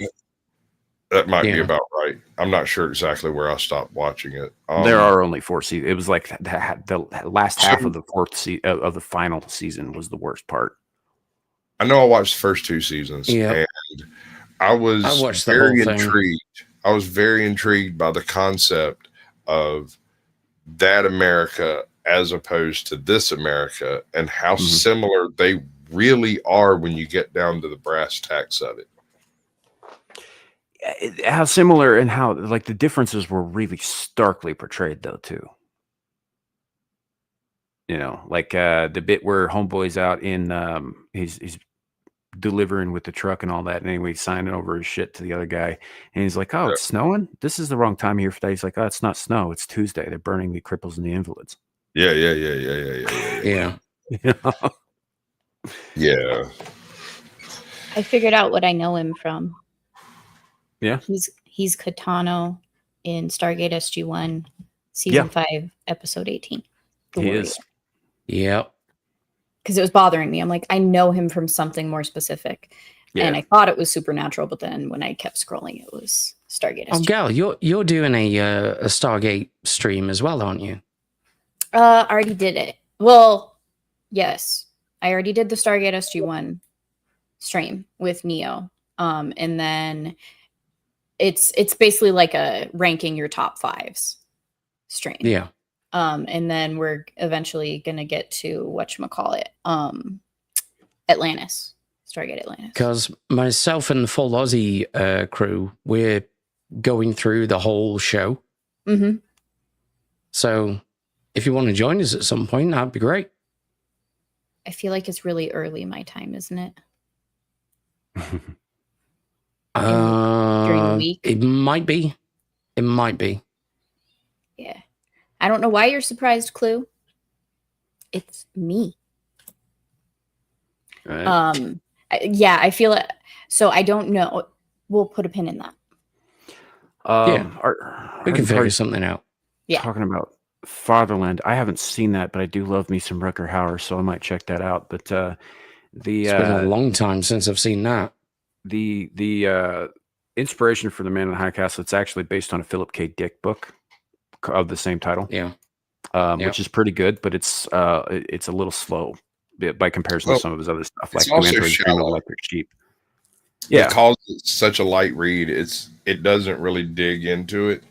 It just kind of like, here's a world where the Axis powers won, and then there's evidence of our world there in places. And in the book, I couldn't ever decide whether it was the case that these are two separate timelines that are being juxtaposed against each other, or if the American timeline is the past and something occurred to create the future timeline of the Axis victory. The implication I got from it was that both timelines were occurring alongside each other. Concurrent, which gets a little weird because our timeline is actually further down their timeline where they cross over, right? Yeah, like it's, I don't know, it's kind of hard to explain. I think the TV show did a pretty good job of showing that without explaining too much, and then obviously there are a couple of characters who figure out ways to cross over. Something like Fatherland would have made a better episode of the Twilight Zone than it would have done like a whole project in and of itself. Like, you could just imagine Rod Serling walking on the set and saying, that was, if you will, for your approval. That was one of the things that found threw me off. Doing a single thing. So that's one of the things that threw me off about The Man in the High Castle, is because I hadn't read the book prior to watching the show, right? I started watching the show and I'm like, why do they keep listing this as fucking science fiction? This is alternative history. It's not the same, right? Until they start getting glimpses of the parallel timeline or parallel worlds or whatever. And then they start talking about finding ways to cross over to that parallel world. Like, some of the good guys are like, it's paradise there. Some of the bad guys are like, we got to conquer that shit too. It's like, why the fuck would you bother? Is one world not enough? Well, no. Holy fuck. No, well, that's the thing. That was the interesting thing for me, anyways, that once the Nazis learn of other worlds, other timelines, of course it's not enough for them to have just conquered their world. Yeah. Of course it's not. I always thought that part was really interesting, and I really liked Rufus Sewell's portrayal of Obergruppenführer Smith. I think he was probably the most fascinating character in the entire series. So probably the best actor in the show as well.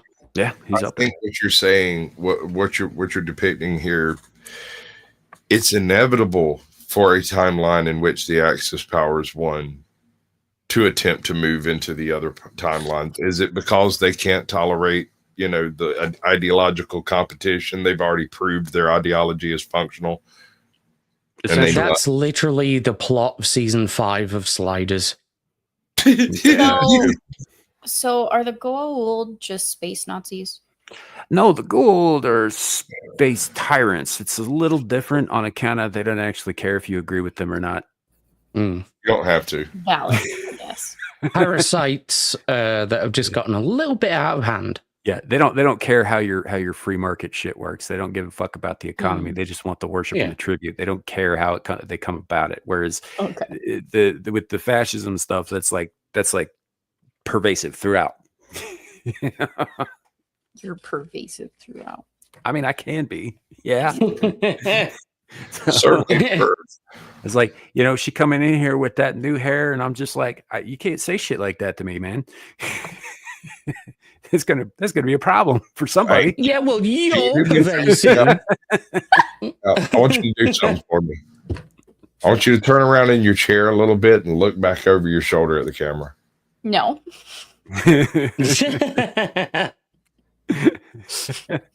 She's like, no, I'd see what you're up to, man. I ain't doing that shit. I ain't doing that live. Good girl. Well, there's time open. After the show. Put your cash out backstage. God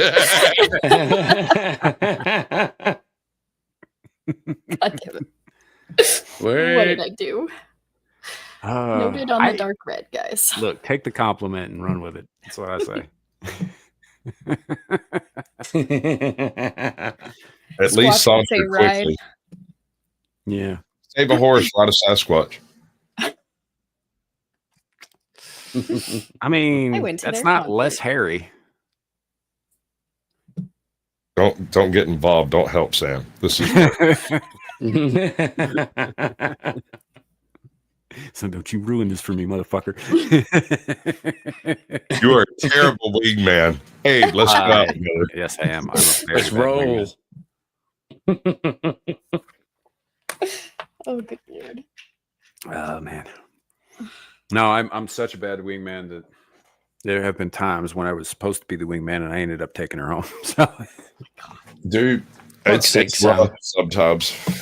I'm married. Hey, it's happened to me too, man. It's gone the other way to me too. It's just part and parcel of the whole thing. But sometimes I'm looking at this girl and I'm just like, this douchebag really doesn't deserve any of this.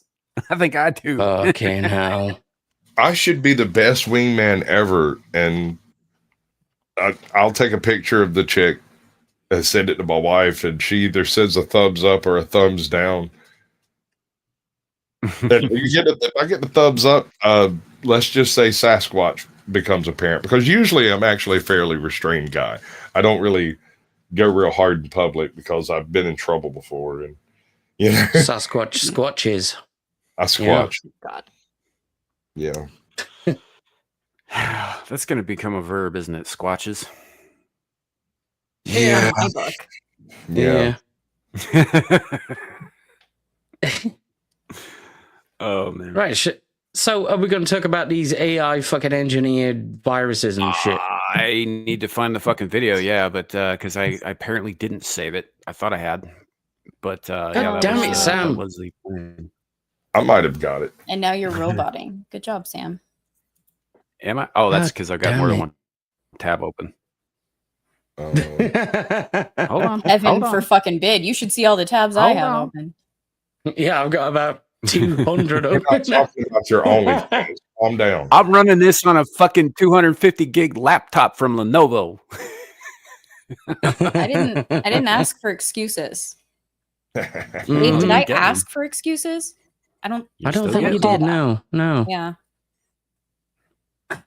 So you know what? Before we do that, though, and this will give me time to actually fill in the silence. Get around you to finding trying the to damn find the thing. Yeah.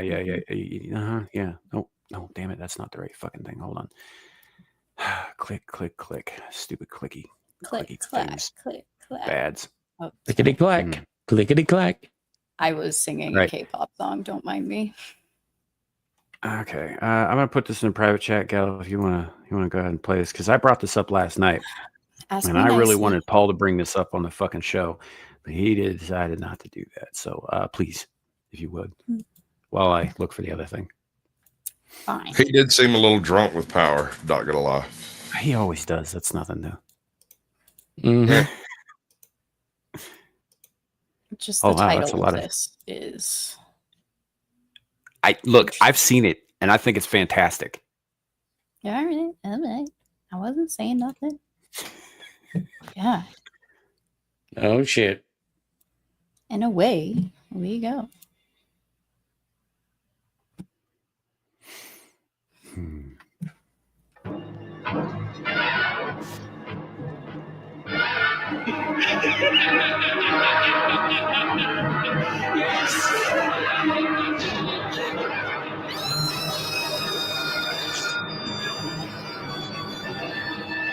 Bears. Yes. You're so weird, Sam. Trying to find an old. Is this friend. a porn? Yeah. What's his name? No, it's not. Kind of feels like Shram. What did this He's all Sean do to sweaty. you? Real Wrath of God type stuff. Tell me where Shram is, or I swear to you, you will regret it. The only person who will be regretting his actions is you.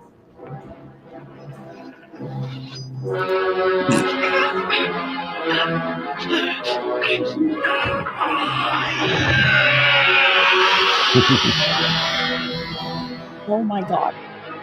Does that 50s throwback vibe real well. Fucking hell. You have problems. No, I'm serious. You guys need to see this fucking movie, right? And furthermore, you need to see it with the closed captions on. I'm not talking about subtitles, but closed captions with a fucking black letterbox. Just trust me on this. It's hysterical. And the movie's only like fucking 9 years old. But they did that whole 50s vibe real well. So this is the video. I did find it, by the way, while we were doing that. Yay. Squatch, be prepared. Even I'm reluctant to watch that one. Fucking hell. This bitch. How many chiclets does she have in her mouth today? It's just the same. 100. Not enough. She can still talk. You gonna play? This is really exciting. We're one step closer to making AI-generated life as researchers make the first AI-generated virus. That might sound slightly scary, but I'll explain. You might recognize these guys from high school biology. They're bacteriophages, and they're one of my research areas. I study evolution in phages. They modeled their AI generation around a phage that infects E. coli. Then they let the AI design something that could functionally impact E. coli. The AI came up with hundreds of different phages, 16 of which were actually effective. Some of them used mechanisms not in the evolutionary line of that phage at all. So they're totally novel. It means it's creating brand new stuff. Yay! Right. She used a word there, and I want to be clear about what it means. Phages. Yeah. Do you know what phages are? Consumers. Of? Everything. These nuts. You're not wrong, but specifically they feed on the bacteria and sure. They usually have like and shit like that. Phage is a blanket term. Most of the time when you're talking about a specific virus or whatever, it'll have a prefix in front of the phage part. Yeah.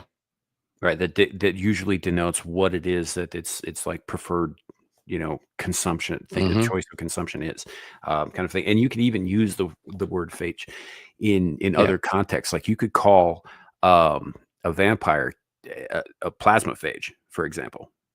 Yeah. Or a necrophage because it feeds on dead tissues. So that kind of thing. But yeah, generally a phage is a very, very wide variety of things kind of lumped together for the sake of conversation. Yeah. So yes, I know what a phage is. To answer your question.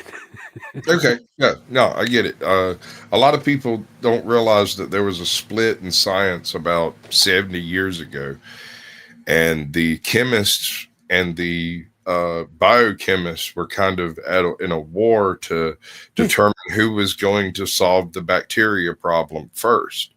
And the chemists came across penicillin and essentially killed off funding to the biochemists that were looking for natural things. Like the entire concept of yogurt is derived from that type of study. Like, Yep.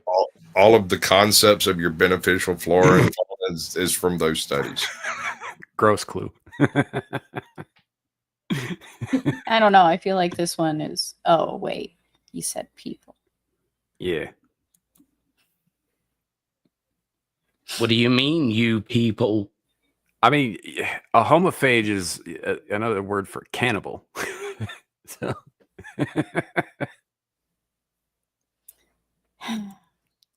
Mechanisms E. coli have to overcome. Yes, What? she is excited for the new viruses. She seems to be excited for the new viruses. Yes, she's can't wait for humans to be wiped out.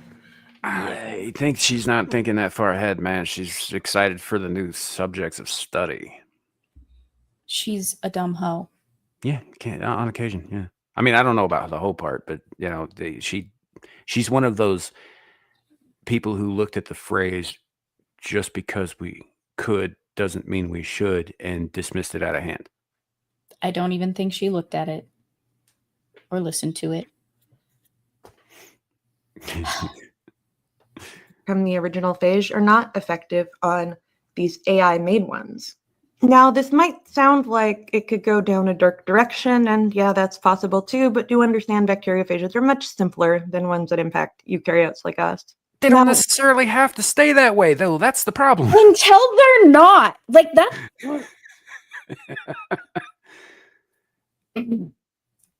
Why worry, guys? Yep. Everything's fine until it isn't. It's bad enough when these fucking AIs are writing viruses to infect computers and electronic systems. Mm-hmm. Yep. This shit is biological. Yeah. It's almost as if they've never encountered the concept of the law of unintended consequences.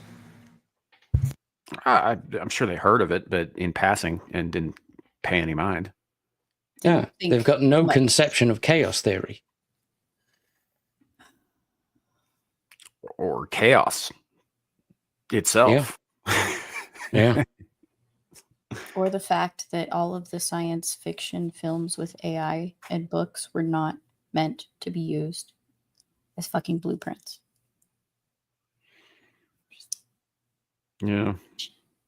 Fiction, well, you know, operative word. As 1984 is to Modern society, yeah. In modern society. I was literally about to say that. To science, technology. Yeah. And 1984 is now happening in Britain. Which, by the way, hilariously, The Terminator came out in 1984. Yeah. And as far as that Britain thing, I'm not sure it's Britain anymore, sir. Yeah. I'm pretty sure Britain's fallen. Yeah. It's Britannistan. Yeah, I'm not sure it is either. You have returned to the state of Greater Londinium. Yeah. And back to less depressing or more depressing shit. I don't know. Why are we excited? Different kind of depressing. I think. Similarly depressing. Yeah, I mean, if look, if GT has her way here, Londonistan will be pretty short-lived. Valid. That's a weird silver lining that you just threw out there. Because they'll all be Perhaps. dead. It's not that silver. I picked up on it. Yeah. That's why I said weird. Could Well, go down things a like this direction. could target very specific populations. And that's when you get into super iffy territory. I think so. They already have things that can do that, right? Yes, things that were they man-made, do. right? Not AI made. I don't. see AI unless it is kept on a very short leash and very explicitly directed to designing something that explicitly attacks a specific phenotype and leaves all the others alone. Yeah. I think it's going to be pretty much blanket across the board. If you have human DNA, you're gone. Mm-hmm. Yeah. You know, maybe they leave the chimps alone. I don't fucking know. The potential for mutation is far too high. Mm-hmm. And that's where the inherent danger is.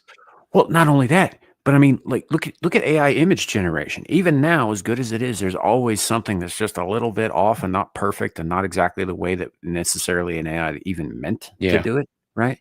Yeah. It can't even get fucking drawing a picture correct, right? It's creating essentially a pseudo life form here. Yeah. Right. Because there's some debate as to whether viruses are even actually alive because they don't quite fit all of the qualifications for that. But yeah, there's that whole functioning part. It doesn't function until it comes into contact with something that it can use. Yeah. Yeah, they're more like little machines than they are like little. Yeah, they're terrifying, dude. You know? If you get deep down into like the nitty gritty of virology and stuff, and I'm not at liberty to explain why I did because of the NDA, but let me just put it this way. There is no reason why a clever fellow with the right equipment couldn't just custom build a virus. Most of them have very few genes in them. And so you can literally pick and choose what you would like to throw in there. The problem is, and that's perfectly possible, the problem is testing them is completely illegal. Like, there is no legitimate way to go about doing that. Unless you got a special little lab in Wuhan that specializes in gain of function, you can test them all you like there. Just saying, bro, like, it's really obscenely scary shit. Well, that's even the, like, when you talk about they have very little genes in them, like viruses don't have DNA, right? They barely have RNA, and what they do have is usually harvested and repurposed from other cells. Right. Yeah. And that's they don't need much to be functional. Yeah. So I don't know, man. Doing this type of stuff with phages. This is, I mean, you're talking about have you ever heard of what is it? The gray ooze apocalypse? I think you might have brought it up. So in the original gray ooze analogy, it's nanomachines that take everything apart and make more of themselves, right? But there's a biological version of that utilizes something along the lines of phages to do exactly the same thing. Like, hypothetically, if you wanted to depopulate a planet, you would create little meat-eating phages and release them. Yeah. And they go out, eat meat, make more phages, and spread exponentially and wipe out all organic life. At least of the meat variety, right? I mean, trees might be okay. Maybe. Yeah. You know, until they start fixing issues and then fixing things that maybe weren't issues and evolving. Yeah. The particular short story that I'm referencing here has to do with an alien invasion. Their first strike was basically to drop a plastic eating microphage on New York. Mm-hmm. And because it ate rubber and plastic and everything basically gasoline related, you're talking instant fucking apocalypse. Like 196 hours after it crashed, most of the fuel in the East Coast was gone because it literally infected gas tanks and shit. Yeah. Now, to be clear, chat, we are speculating wildly here, but not, I think, without cause. This chick needs to do more of that shit. And she needs to have the same kind of nightmares that we have, so that she will stop encouraging this kind of thing. And turning them into real life daymares. Mm-hmm. Indeed. Damn it. I was hoping we wouldn't be able to finish this video. Do I have to play again? Yes. We never finish our videos. It's usually because Sasquatch gets hung up on her teeth. I know. and we get distracted and then forget, and I can take it down. And look, it's Look, not those donkey teeth are quite distracting. Corn long ways. It is not up to me to determine that she doesn't get to eat corn through a fucking picket fence. I mean, come on. Just play a video.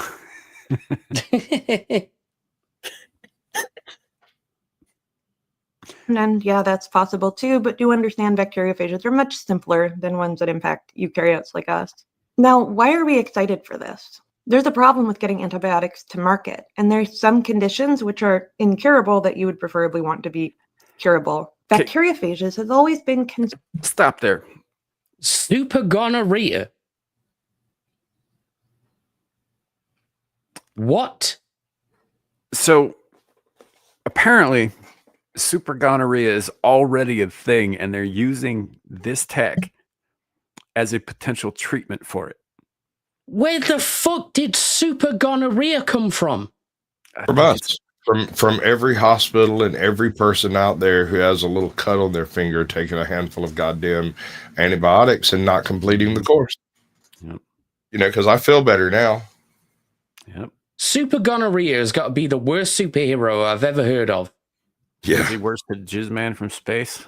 Jizzman from space. Actually, I mean, you can deal with Jizzman. Hold up. No, so Jizzman is the hero, right? Along with his sidekick Swallow. We've already got one villain in this stable. That's Reservoir Tip.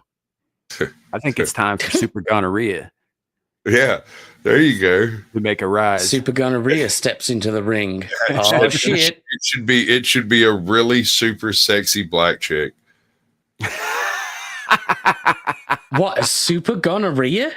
Yeah. She should be green instead, but she should talk straight ghetto. I'm fucking sold, man. Damn. I was just like, what the fuck? This is usually how this goes. This is how we created Jizzman from space in the first place, which, by the way, Gal was a part of. I'm talking like, imagine Cardi B, but green. Or Beyonce, but green. Green lipstick. But I mean, there's nothing wrong with green. Hell lipstick. yeah, green boils instead of lips, maybe. I mean, we could work on the imagery. Personally, I think we'll work on it. Suka, if you see this, get back to me about it. I get that you're trying to make these creatures terrifying, and I totally dig it with Reservoir Tips, but Super Gonorrhea has to be bangable, or else it doesn't work. Right. So otherwise it can't spread.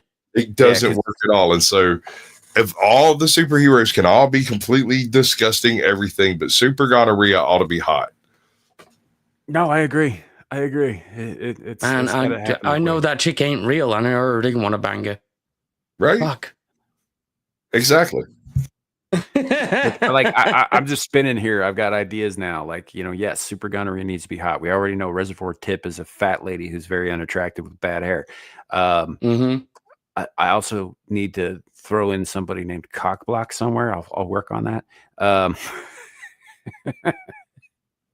It's this world will take shape, and we are going to beat the pants off of Marvel and then fuck them. I got it, dude. I got it. Cockblock is going to be the fat friend of Super Gonorrhea because the fridge fattest friend.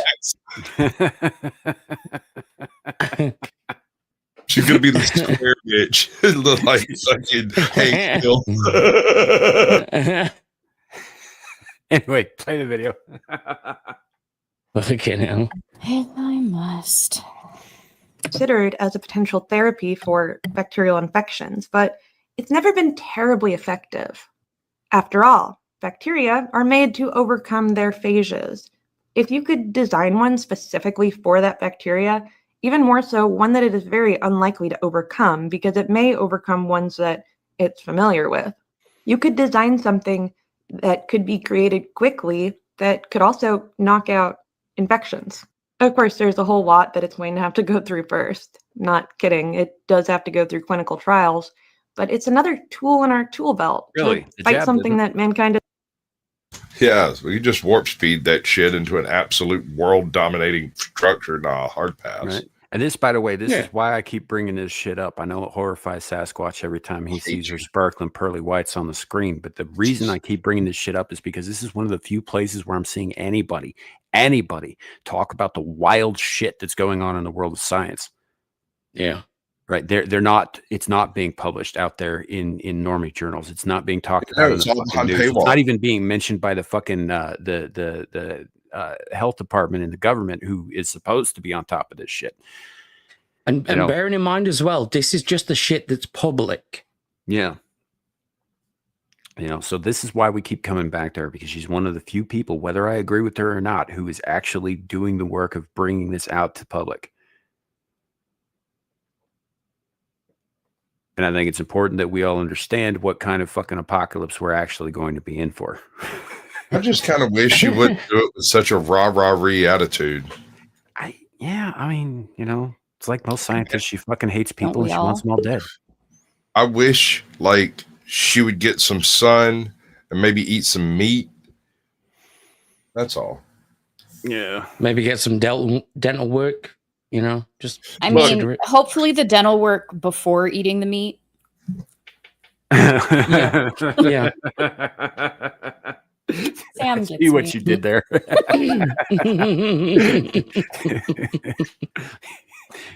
Yeah, wow. It's no fun when it's like getting grated by a cheese grater. Speak for yourself. I'm into that type of shit. Yeah, well, you can. Jumps on you. I'm into that shit. I like to keep all my flesh where it is. Thank you. I find your weakness disappointing. Yeah, I'm not going to say anything here publicly about that, but I'll tell you something after the show backstage.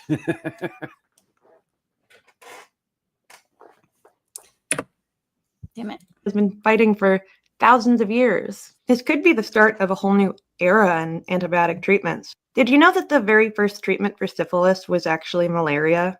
Yes, they utilized another pathogen that caused a high fever in order to allow the body to knock out the syphilis. So having biological entities interact is not entirely new to medicine. In the situation we currently have, it takes a very long time for treatments to actually get to market. It's extraordinarily expensive and it's not very profitable once it gets there. It's not something that people are going to be using continuously for a long period. We need to come up with new mechanisms to get antibiotics to market, and using AI is one of them, not just for designing phages, but for designing antibiotics that can target resistant microbes. So this is a real problem she's talking about here. Like, she's got to know the antibiotic resistance crisis, because even with people who are finishing the courses, as Sasquatch mentioned earlier, most people aren't. That's true. But even with people who are, the fact of the matter is the bacteria we've used antibiotics against for the last 100 years or so have been overexposed to it. They are adapting to it, and they are moving past it. That's where the super part of super gonorrhea comes from. It's just gonorrhea. It's just bacteria. It's resistant to the things that we've traditionally used to kill it. Right. Sooner or later, penicillin won't work on anyone. And when that day comes, when we have amoxicillin's right behind it, on its way out the door. And as soon as that day comes when we don't have antibiotics that work anymore, we're going to be back in the fucking dark ages. We're talking massive spikes in infection rates, in surgeries. It's going to be fucking bad. And it's coming sooner than y'all think. Literally biblical. Yeah. It's going to fuck everything up. Think the Egyptians. People will die of paper cuts again. Yeah. So this is a real problem, and I understand them trying to find solutions to this. I just don't think that AI-generated viruses are the answer. This is an area where... Sorry. Maybe they'll prove me wrong, but I'm not on board with that part of it yet. Yeah. AI really excels at, and I think it's an ethical and effective way to use it. There is, of course, a very scary aspect of this is just the start, and what else can people do with AI to design these kinds of biological entities? But being able to create things that are this targeted this quickly, yeah, I could see that going very wrong. So what do you think? Designing viruses a good thing or a bad thing, or somewhere in between? My personal opinion is that I have high hopes for technology, but rarely is it ever used in exclusively good ways. Nefarious. She's not wrong. So she knows. Yeah, she does. She's a willing participant with full knowledge. Sure. Of the impact. I just fuck you even more, bitch. There could be nefarious uses for it. Some next steps will be designing genomes for whole organisms, which is already in the works. Follow, like, subscribe, whatever, if you want. It's already happened. Yep. Shadow coming in. What's up, Shadow? We're doing fine. We're just talking about how your whole generation is going to be fucked medically, one way or the other. That. So, that. Your generation needs you, Shadow. Save them. I don't think he can do anything about this particular problem. But the other thing, go out and make white babies. Lots of them. You can do something about that. Be white, Sam. Because he's got to save his race. They're dying out. White people ain't making babies like they used to. Neither are Asians. Yeah, but that's because they just gave up. I mean, sort of. Especially in Japan. It's one of those things that whenever you have, generally speaking, any society that becomes rich enough, the rate of reproduction slows down massively. Yeah. You know what would be great?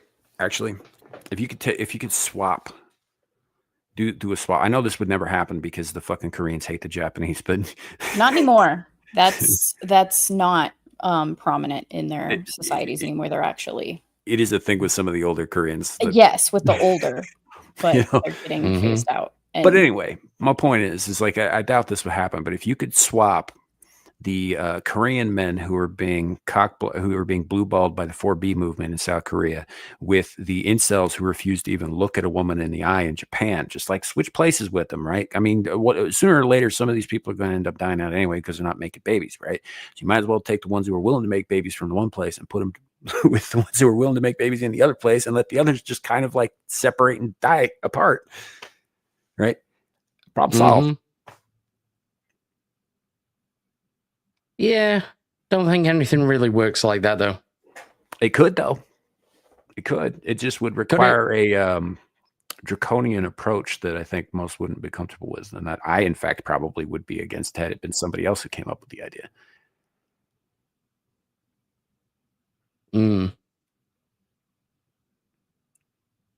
Yeah, I'm the same with old blindy there.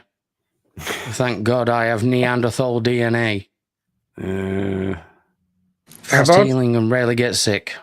Did I tell you? Did I mention the history debunk angle you've been going on? I don't know. Maybe. All right. So you can't really discuss the whole concept of race and inheritability of traits or criminal activities or we brought him up last week, didn't we? Yeah, I think maybe so. Sweeney brought them up with her blue jeans. But she wasn't here last week. I'm done. Yeah, no, it's I don't know. I think that something needs to happen because we're going to see several demographics just disappear off the fucking face of the earth with a little bit more time if they don't start breeding. And so should do. The entire future of the white race hangs on your shoulders. Your compatriots too, but we know they're all off fucking mutilating their genitals and dyeing their hair funky colors. So it's you. It's up to you. It has to be you. Make as many babies as you can. You should see what he put. I'm all for it. Draconian oppression. Yeah, I know he is. Shut up, I know he is. Fucking hell. So she has good genes, though. She does, in fact, have good genes. Although I don't think she's got a great ass, but she has good genes. It's kind of flat, actually. Like most of the curves ended up on her chest. Oh hell yeah! Oh man. What about this one? I don't know. Can you bring that up? I could. Super gonorrhea. I don't know why you got to ruin green. It's gonorrhea. I don't care. I mean, I mean, it has to be overly green. I mean, it's gonorrhea. Fuck yeah, it's green. And I kind of feel like she should have dreads. Drippy dreads. I don't know. I kind of got that's a bit too far. Think like a really ghetto Poison Ivy. Although I do like the chunk. The chunk makes this work. This chick, yeah, totally doable. Hell yeah. Like, baby got back. Yeah. I don't know. I would thicker if you want. I would go the other direction. This is some weird science shit right now. I'd bring that waist and those shoulders in a little bit. We keep the bust, keep the hips, but tighten it up a little bit. Right? She's a superhero. She doesn't actually have to abide by physics. Right. We don't need to know where she puts her organs. That's all I'm saying.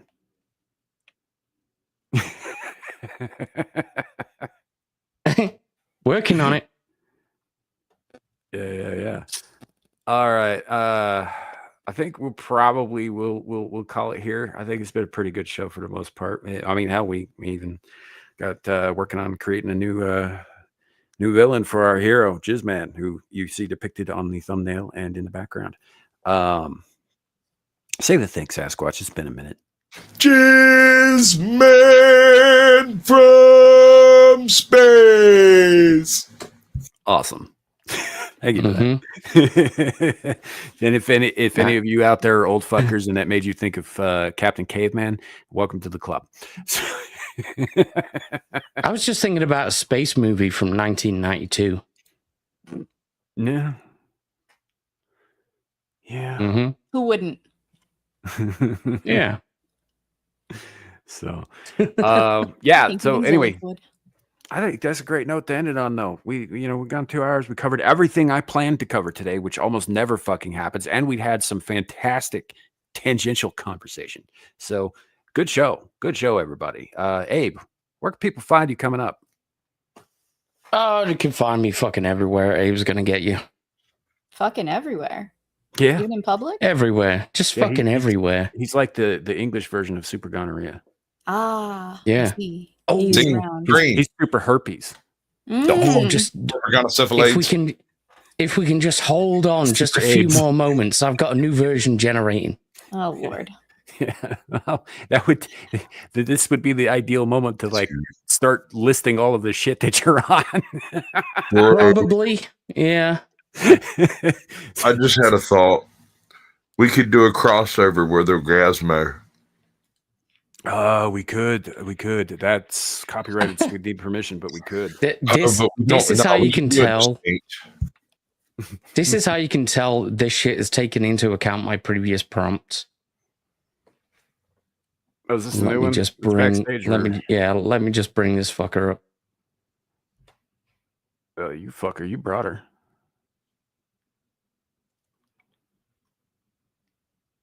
Hell yeah. Property of Abe. Is that what the A is for? Hell yeah. This is one of those That's things his target practice. We just don't say what the A is for. Oh, she's gonna be a target for sure. Yeah.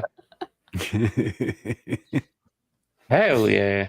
She's even got that symbol on her back just below the cape. Hell yeah. The cape's not actually attached. It's just Superman on that hoe. Sasquatch, what do you got coming up, man? Oh my God. I have tomorrow the Blast Radius. I might do something later tonight. I haven't decided, but tomorrow, 8 p.m. Blast Radius. That's Eastern time. Everything's Eastern time. Wednesday, the Naughty Corner with Ajod around 8:30, 9 o'clock. We haven't decided exactly yet. Next Thursday, I'm hosting The Devil Made Me Do It. Beelzebub on YouTube, I believe. Mm-hmm. Yes. And we're going to do a Sasquatch Shills and have all the talks and conversations and stuff. And then I'm going to do it after dark. And of course, you're invited. You can come if you want to, but if somebody else that's part of the show shows up, that you lose your seat, and it's because I haven't interviewed you. Anyway, so at that point, I'm probably be back after that. Probably be back over here with Sam. Yeah, sweet. And I'll be on the Powdered Dusty anytime he goes live. But he's on vacation currently, and so I don't know. I might actually do a live over there just to see if somebody will give me some money. So give me some money. That's an idea. Y'all can just give me money now, and I won't have to do that. You know what's funny is I've been on a number of those After Darks, and I don't think I've ever been kicked off. Well, no, you can't be kicked off. You're a previous guest. Oh, fair enough. You can come in there and run roughshod all over the fucking joint, and I'll just giggle maniacally because it's the type of chaos that I've been trying to create. Yeah. Very few people take advantage of that, you know? Yeah. Gal, what do you got coming up? What's going on? Next Cook in the Book stream will be Wednesday the 1st, and then I go on a bit of a hiatus again because I have a work trip coming up starting Friday. Nice. So that's me, but I'll be back the week of the 8th again for Cook in the Books and everything after that. So I guess I will be on Static's weekend pregame Thursday the 2nd. But not Ballbusters or Screaming. I see how it is. I'm sorry. Mm-hmm. No, I was here this week. I know, and I appreciate it. And you were here the whole show this week too, which is a bit of a rarity these days too. But you're so whiny. I am a little bit, but you know, in my defense, fuck you. That's not a defense. Good Lord. Doesn't care. So anyhow, no, it's go check out all their channels. The links are in the description below. You know, appreciate all of them. They're fantastic fucking people. For the most part, Abe sometimes gets a little clingy, like static film. It's like sweaty and gross and uncomfortable for everybody but him. Anyhow, yeah, sure, bro. So. Yeah, thank y'all for coming. And also, there was something in the chat I wanted to address before we click off. Where was it at? Ardent Party said, I think they were still coming up with like other names and stuff. Why the fuck is that not showing? Okay. Baron Bloodlube, the Anal Assaulter. Right. So we could actually work with that because for those of you who are longtime viewers of the show, you might remember something that we brought up real early on in its life that we refer to as the anal railgun. This could be a good place for that. This could be a good place for that. Why am I here? So anyhow, more on that later. Thank y'all for coming. Appreciate you, chat. Take care. Does not work. Right. Have a good night, everybody. And remember, it could always be worse. It could be raining flaming cobras. Bye, everybody. Bye.